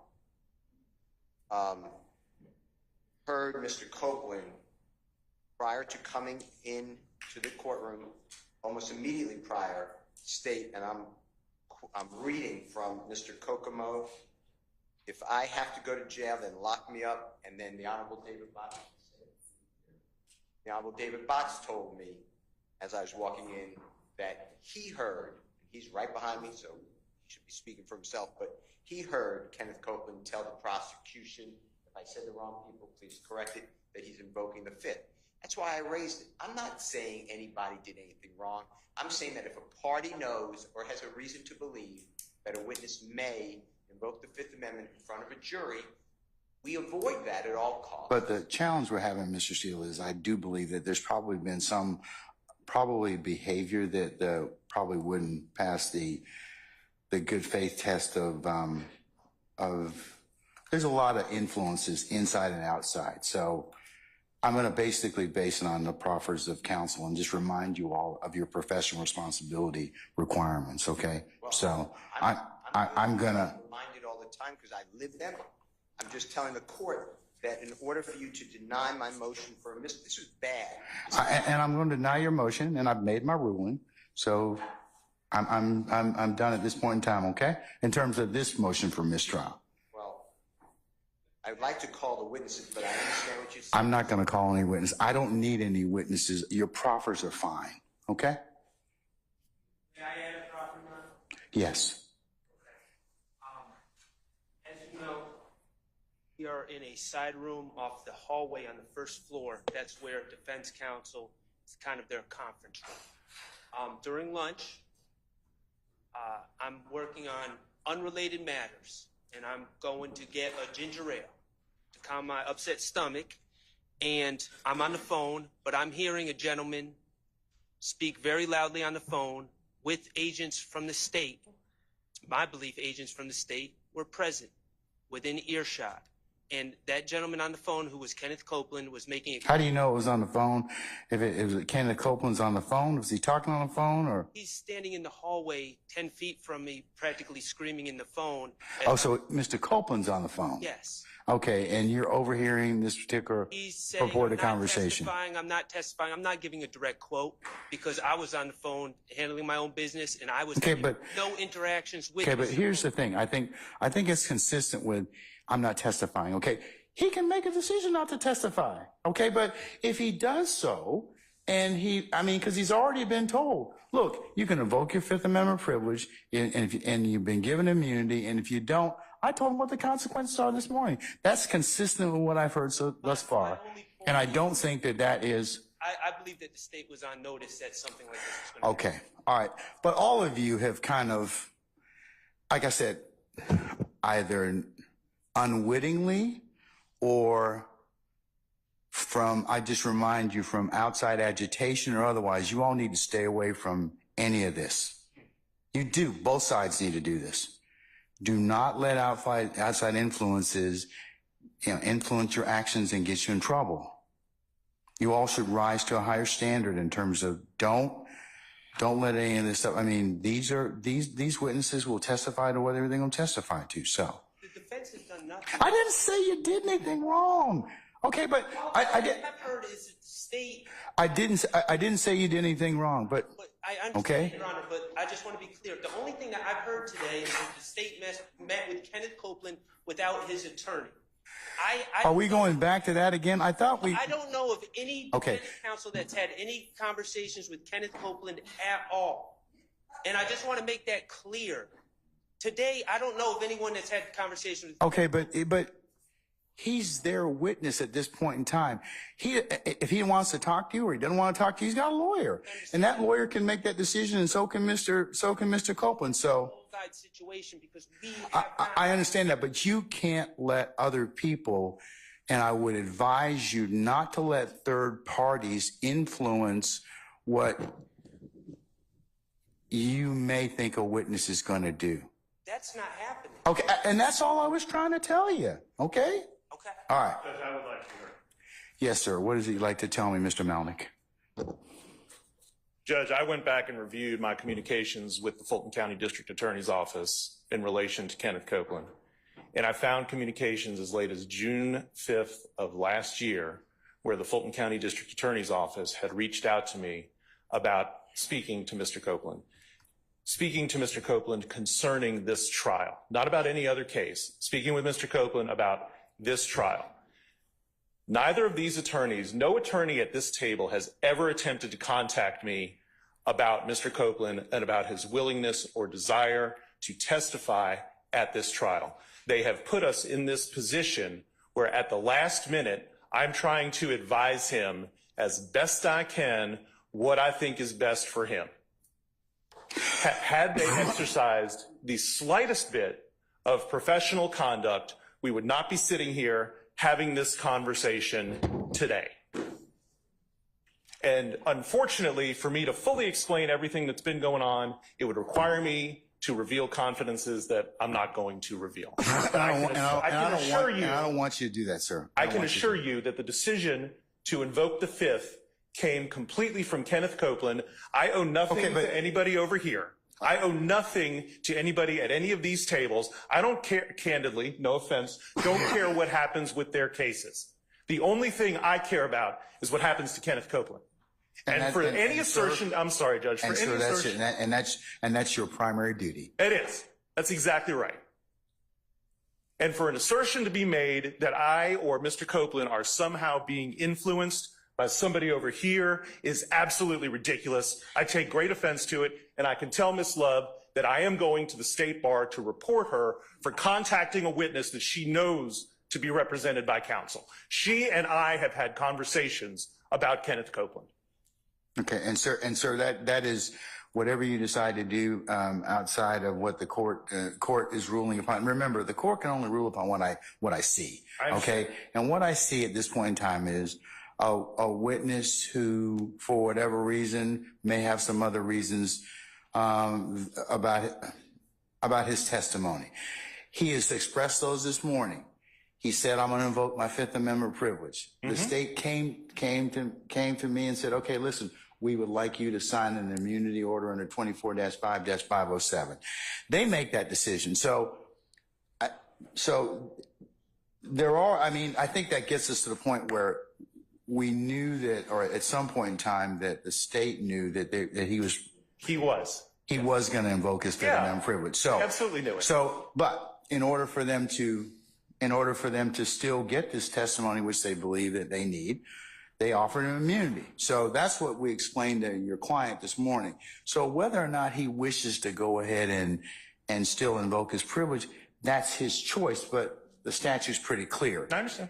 And I know you. I know you. I've known you, sir, for at least two decades or more, sir. And I know that you have told him, "Hey, look, if you invoke, This is probably what's going to happen.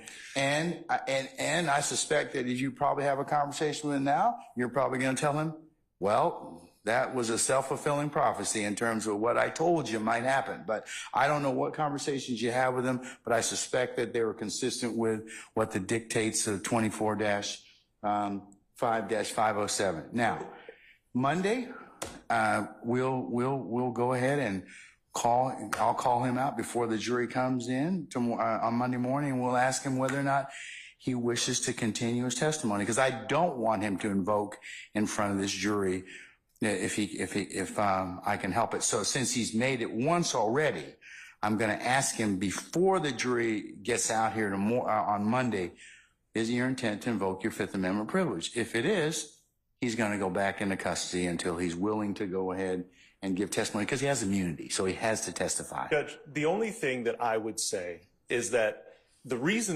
primary reason Mr. Copeland is in custody right now is because the state has utterly failed to follow up with me in any regard with regard to what Mr. Copeland wants to do or intends to do. I suspect that that's probably not true. It is grossly unfair. I've known you for almost 2 decades. I've known Ms. Hilton and Ms. Love in particular for a long period of time, and I don't think that they would do that to you. Judge, at no point did they ever reach out to me about Mr. Copeland. Your Honor, About Mr. Copeland's testimony here today. The last time I heard from anybody in the Fulton DA's office was June of last year. Ms. Hilton, did you reach out to Mr. Melnick? And if so, when? When I talked to Mr. Copeland, he told me Mr. Melnick was not his attorney. So that is, I talked to the witness because When did you talk to Mr. Copeland? last Friday, because my understanding prior to that is that Mr. Melnick had told Ms. Love that he wasn't his attorney. So when we went to go serve him, I understand that he did not have an attorney. When I met with Mr. Copeland, and this is Friday evening, Mr. Long and I went to go meet with him in the car. We said, hey, I think Mr. Melnick's your attorney. He said, Mr. Melnick is not my attorney. He said, I haven't even talked to him. And then that is when we proceeded to begin our conversations. Anytime that Mr. Copeland did not want to speak with us, we did not speak with him. We called him on Monday to see if he could come down here. He said he didn't want to come, or he didn't respond. We left it alone. On Tuesdays when we picked him up for the first time, on Tuesday when he did not take the stand, we went upstairs. We had some conversation. We left.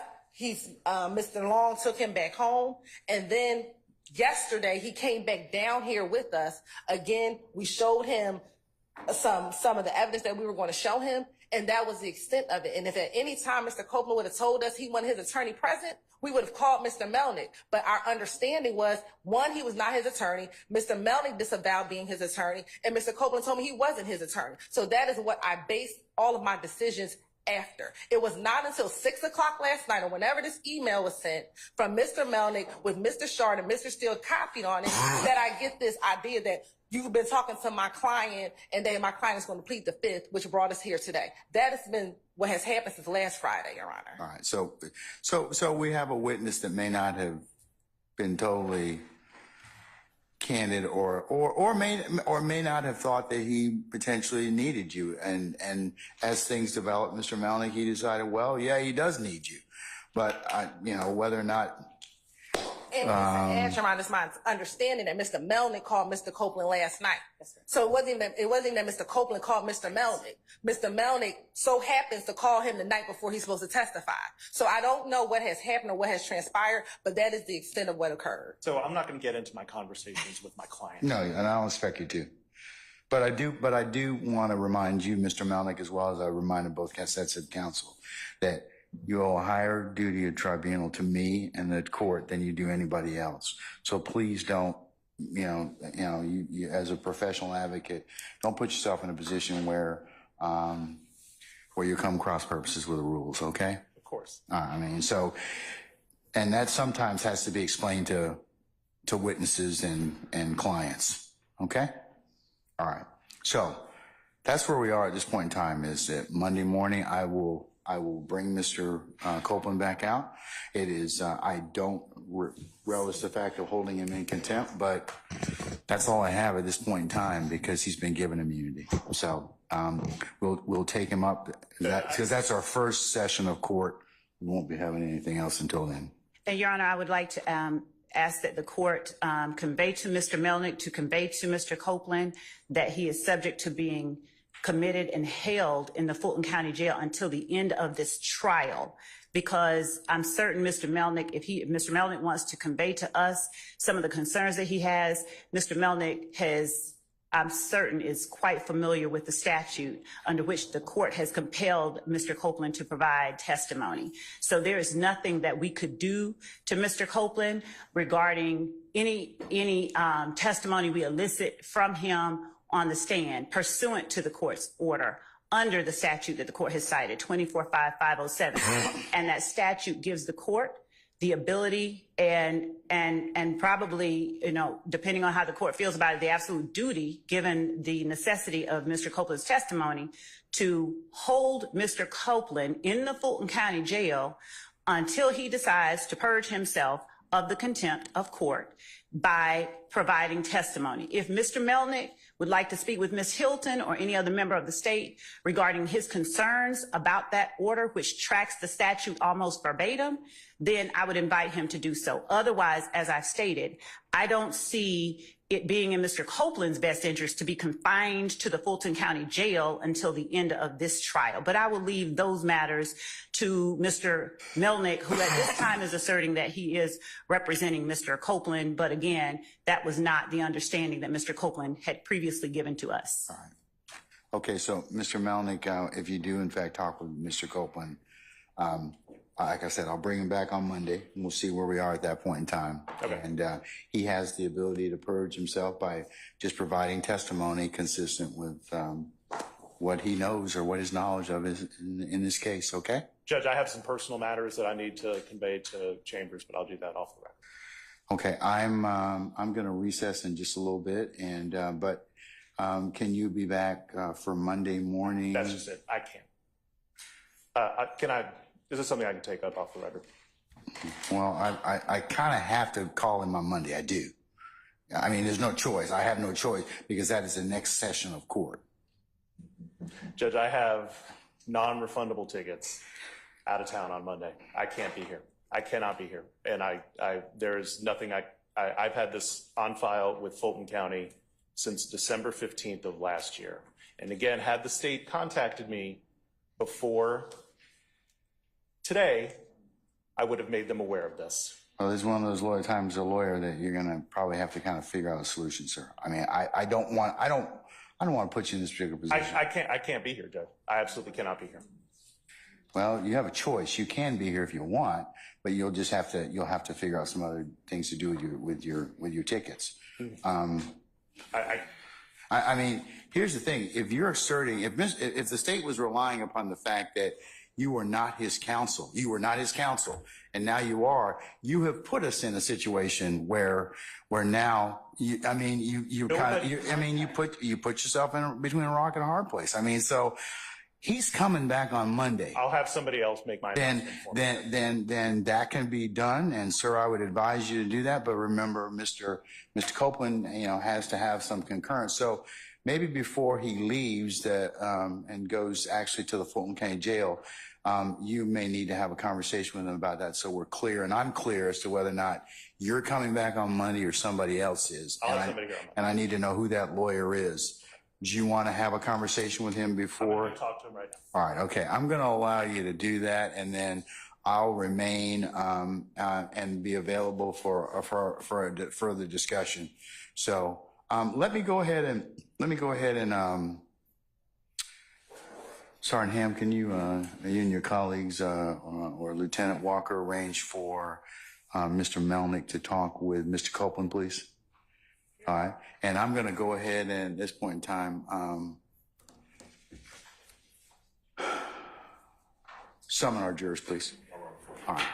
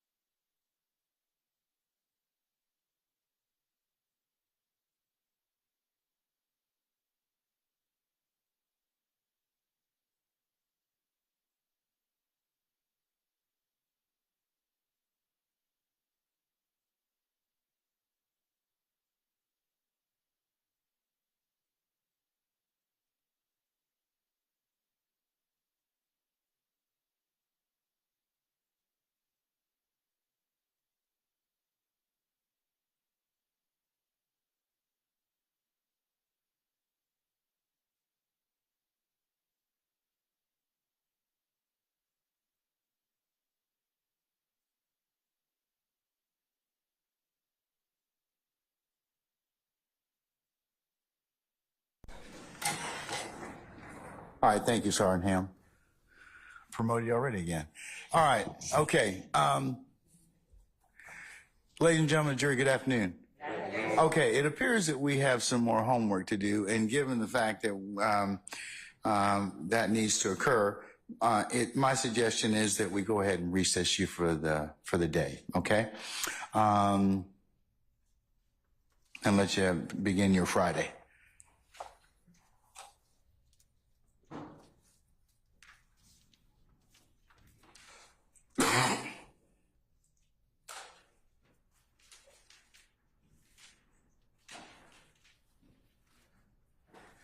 Ladies and gentlemen, Monday being a regular work day, what I'm going to have you do is report for 8:30 for a 9 o'clock anticipated start time. And we'll see where the day leads us on Monday, okay? All right. Any ministerial inquiry with me, ladies and gentlemen? Anyone? Okay. All right.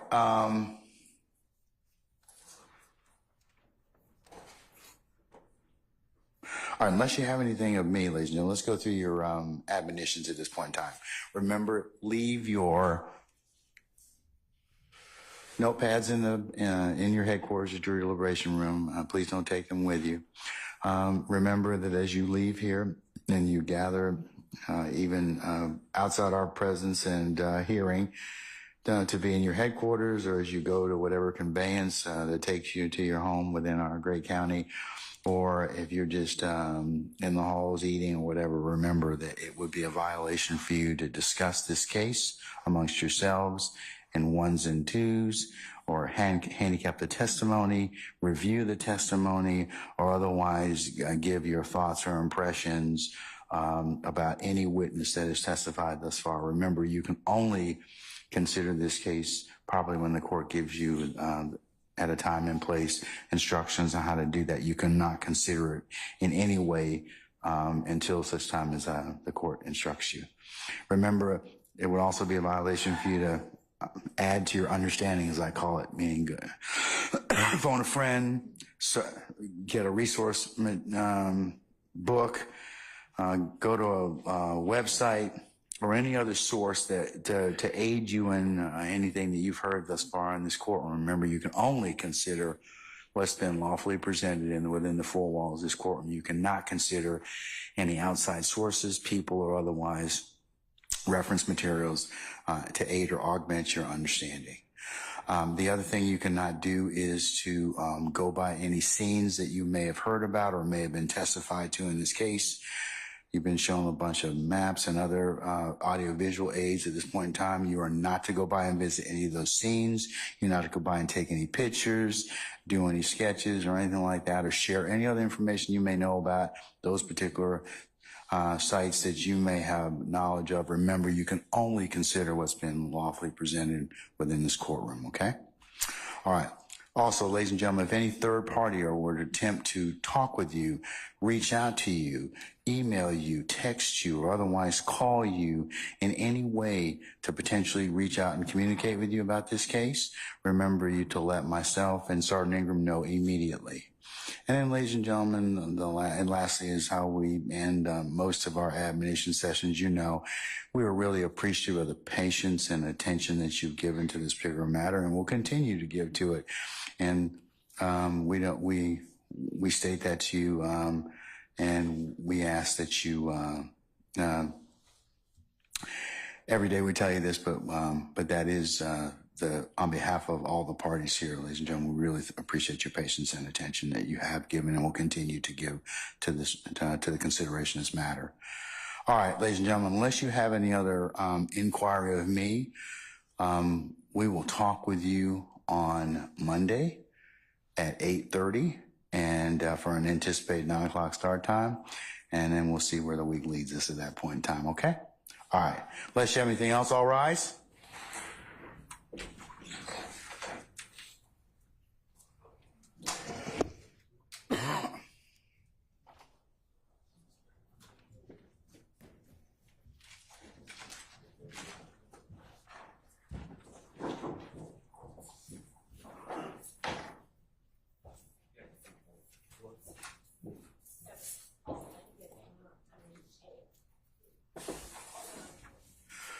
Okay, ladies and gentlemen, our jury has left us.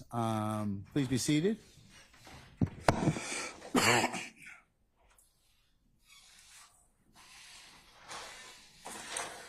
All right, anything else I need to take up with you all? I'm going to recess in place to allow Mr. Melnick to finish talking with Mr. Copeland and find out who is, if he or somebody else at his dad is going to be here on Monday. And but if not, we will be here on Monday at 8:30. Any other things I need to consider? Yes, Your Honor. There is a matter regarding the jail calls that we were provided. Mr. Steele has not yet provided us the ISO file.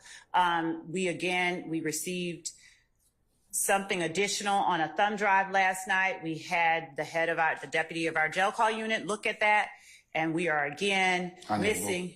We do not have the complete file. To be able to play though? To be able to access it properly, to be able to look at it, authenticate the calls, the time of day, all of that. We don't have it. We were provided last night a thumb drive with cut and pasted file names up under headings, with some additional pieces of a file that would have had to, again, have been deconstructed from the way that the file would have been given to Counsel for Defendant Williams. We are asking the court to compel defense counsel to turn over to the state the file in the original condition that it was given to them, so that we may properly access and evaluate the content and the time and date and all of that, and the authenticity of those calls on that file. It has been deconstructed, and particular parts of the file have been extracted and purposefully kept out of what is given to the state. So we are asking, again, that the court compel either, you know what? And if they don't want to, then we're asking that they just be excluded. Okay. All right, Mr. Steele, do you have the raw file? Judge Glanville, Sir. you allow another moment when Miss Love calls me that I did not do something. They have the exact image of what we got from the jail in Fayette County. That is it. And if I get another false allegation and you do nothing, I'm shocked. I'm appalled at you. I sit here day after day with this false allegation just machine. I gave the state everything. There's been no disconstruction. There's been no purposeful, I don't care. I don't care. I give over everything. I've done this for 33 years. Never in my life have I seen a trial. I've done 300 appeals in the state of Georgia alone. I've never read a case like this. Judge, I gave them everything I had. I waited. I was at my office till 8, after 8 last night. I waited for their investigator to come by. I handed him an exact copy of thumb drive. They have everything that we got from the Fayette County Jail. There's been no deconstruction. There's been no purposeful exclusion. This is not the first time. Okay. And I apologize that I'm getting tempered, but I've never been treated like this. You talk about professionalism every week. Professionalism is lacking with one lawyer here. It has never been. I don't even like coming to court. I used to love this. I would die for what we do. I used to say, I'm dying. I would die. I couldn't choose a better profession. If I had litigated with Miss Love, I would. Your Honor, could we strike the No, hominem attack? no, I'm Really, speaking. could we strike that? Okay, hey, everybody, calm down. Everybody, both of you, please be seated. Judge, I'm not Both done. of you, please be seated. You have to do something. You have threatened me with contempt. You have threatened me with jail. If you go back in time, we can just start in voir dire. Jury after jury, you did individual voir dire painfully. Miss Love would come in and say that juror was crying. It was not true. You would say, that's not my recollection after I said it. You did nothing. We start the case. But Mr. Steele. I asked you, please. Mr. Steele. Please, Judge, how would you feel if you were being treated like Mr. this? Steele. Mr. Well, Steele. I'd like to finish. Mr. Steele. I gave them everything on that drive, and it's continual abuse of a prosecutor, of another member of the bar. I don't talk with Miss Love. And that's fine. I like that. But Judge, I'm not going to stand here anymore. I don't care. You can take my bar card. Mr. Steele, listen. Wrong, though. And And Mr. Williams, you know, to me, this is an innocent man. You talking about, Ms. Love said there's a man in the Fulton County Jail. He shouldn't be there, Mr. Copeland. Mr. Williams shouldn't be in custody. But he's been charged, and we come here for a fair trial. It's been everything but that, according to Ms. Love has tried to demonize me. At times, Mr. Adams. At times, Mr. Shaw. I object to the ad hominem attacks, and I ask all because she wants to win the from the case. And now she speaks over people. It's not right. I gave them everything. And by the way, and what I want to tell you, by the way, it's not even the law. If they call that gentleman on direct, I don't have to give them anything before trial. I do it because you asked me to. You said, listen, we got a big case. It's going to take a long time. Give them things. I gave this, by the way, to the state October of 2023. October 2023, that was uploaded, given to the state. I hear about it now, and I wait there, and I give them the exact duplicate of what we have, and now there's a false allegation of misconduct. But and what I'm telling the court is what I said again. I do not appreciate it, and you have told it in front of the jury that I'm unprofessional. You were wrong. You based that on Ms. Love's false representation. Your Honor, again, the ad hominem attacks, Your Honor. I object, and he should stop talking when I object. Try to silence me. Will not be silenced. But Mr. Steele, here's the thing. Okay, I think that Mr. Steele, please be quiet at this point in time. You made your point. You made your point at this point in time. Both of you, please be seated. Please be seated, sir. Sir, please be seated. Whatever you do is fine, but I care about Jeffrey Williams. It's the best. Sir, it's obvious. I would expect no less because you're his advocate, you're his champion. But could you all please sit down so I can kind of figure out a solution for this? All right. First, let me just kind of address the obvious. I know that at times tempers have been heated in this particular trial, and they continue to do so. And I know that all of you are being zealous advocates and representing your clients to the best of your ability with zeal and rigor. However, I agree that, there should not be ad hominem attacks on anybody or any counsel, and that you all should think and reflect about what you say about your brothers and sisters of the bar. Because we have a large contingent of folks that watch this trial, and so not only for the purposes of this, but it sends not the message I think you want it to send. All right, so I'm going to leave you all to your wise discretion in order to do that, but and I'll take up whatever I need to take up as I see fit. But I know that you all. This has been a long trial. It's very demanding, exacting, and grating on, and tiring on all of you.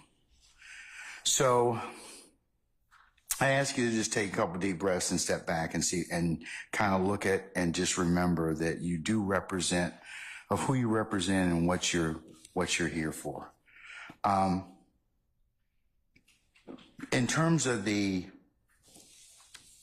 tape, or the phone calls from Fayette County, it's the court's suggestion that, and if you want my assistance, I can always, with a proper subpoena, have the raw, whatever it is that whatever you're seeking to get, I could get that, and you can compare that against what you have. Because maybe that's what, and Mr. Steele, I don't doubt, and I know that you would never delete or otherwise try and alter evidence, and I assume that that's what you got, and I'm gonna take that at face value. I'm in no way saying that.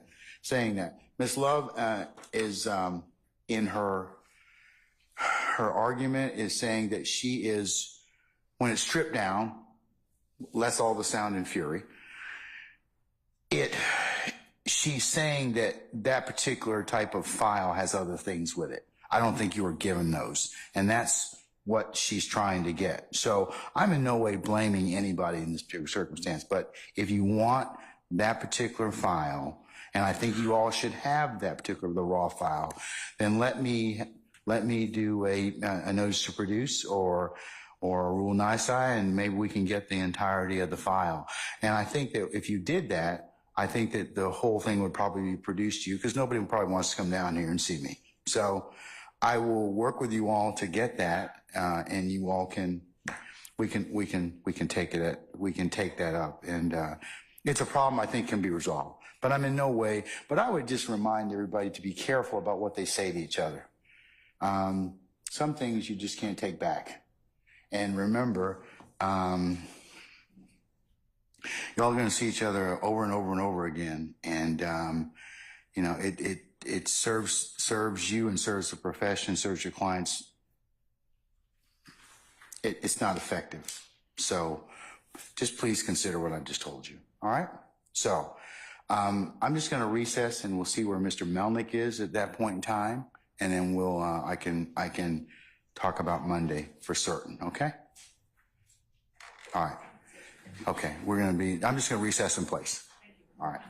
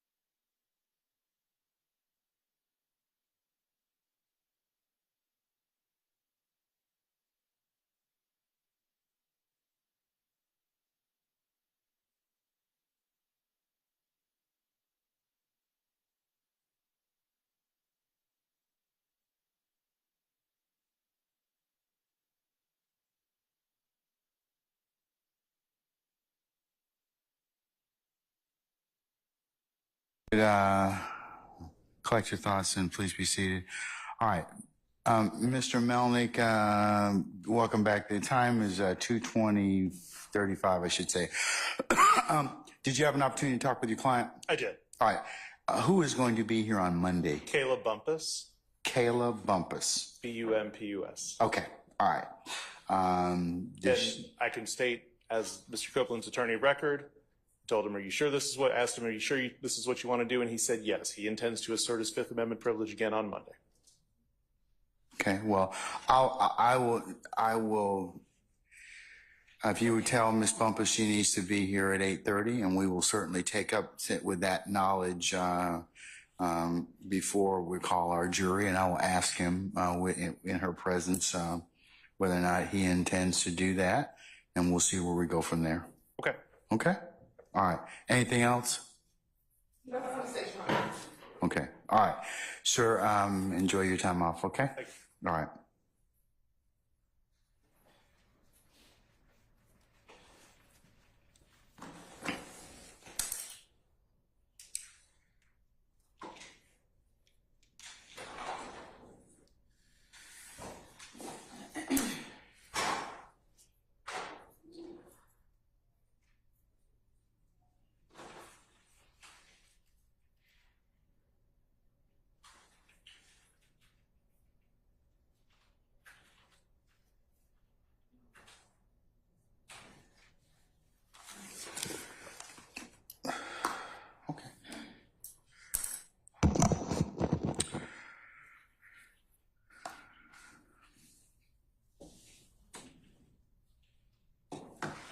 Okay, counsel, is there anything else I need to cover with you before we recess until Monday? Got it. Yes, Mr. Botts. Mr. Botts, you need to use the microphone, sir. Is it working now? Can you hear me fine? Yes, sir. All right. Your Honor, we started this whole fiasco out with whether the state knew that Mr. Copeland was going to take the Fifth Amendment when he took the stand. And if so, was that proper or improper to put him up on the stand knowing that they were going to... You have to speak up, sir. And if you could hold the microphone, it'd probably be better. That he was going to assert the Fifth. And I know that they did know that he was going to take the Fifth because I heard it said outside right before I walked into court. I even said, the officer... Then why didn't you, as an officer of the court, tell me before we took his testimony? I told Mr. Steele... No. Why didn't you, as an officer of this court, tell me? Well, then that's my... I got a problem with you now. Well, that's fine. I mean... I got a problem with you now. Well... I would suggest you don't say any more. I've already said it. I know that, sir. And the problem is you should have told me. If that were your case, then you've just made an argument we didn't even need to have, because I could have certainly asked him based upon your proffer. Now you want to have it both ways. You can't do that. Your Honor, I thought the state knew that, and that's not what the point is. The point is, you as an advocate, is you should have told me. Both sides have an equal responsibility under the rules of professional responsibility. Okay, as long as we're both responsible, that's fine. All right, have a seat, sir. Thank you. I have a request of the court. Is that okay? No. What's your request, sir? So in the attempt to avoid any spurious allegations moving forward, I would ask that Your Honor order that the deputies transport Mr. Copeland to the jail completely separate from any... Yeah, thank you for reminding me of that. In our order, wait just 1 second. In the order of the incarceration, I'm going to also have a keep separate order for him. Your Honor. For the transportation and the housing, because none of these gentlemen are going to say anything to him, but I don't even want anyone to claim that they did. I think that's fair enough, and that's a good suggestion. All right. We'll prepare. Yes, Lieutenant Walker. So that will not be an issue? Okay. Okay. But we'll go ahead and have him, if you could also have him housed separately too? Okay. Okay. Thank you. Thank you, madam. All right. Anything else, counsels? All right. Take a couple deep breaths this weekend. Take a knee, and come back on Monday and let's get after it again. Okay. All right. We'll see you on Monday morning at 8:30. Okay. Can you get us the list of names and then any exhibits for Monday? I think the only I don't know who is being called. We can find out. Ms. Lovett and Ms. Hilton and Mr. Atkins, who is going to be called? Let's assume that Mr. Copeland invokes again. Your Honor, Do you have some other witnesses that we can take up at that point? Your Honor, we will apprise after we look at and reevaluate where we are, because our order of proof was building blocks that at this point began with Mr. Copeland. And there are certain things that have to take place before we can tell them anything. So Okay. we Fair enough. we have to do that. We have to deal with that and where we are right now. All right. And that's just where we are. Okay. Well, be thinking about what scenarios you'd like to have the court look at. Yes, Your Honor. Depending upon whether or not Mr. Copeland decides he'd like to invoke his privilege again. Okay. Yes, Your Honor. All right. And Your Honor, go ahead. Madam. Mr. Sharp, you can have the floor. Yes. I'm just going to ask a courtesy of the deputies, could we just keep our clients here for just 5 minutes after court ends, 15 minutes after court ends? The attorneys would like to have a discussion with our clients. Lieutenant Walker.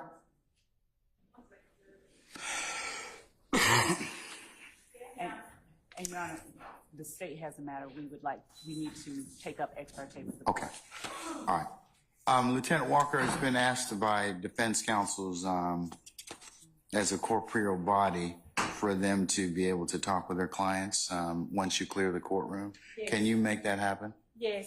Okay. All right. So once everybody is cleared the courtroom, you just secure it and let them be in here along with their clients. Okay.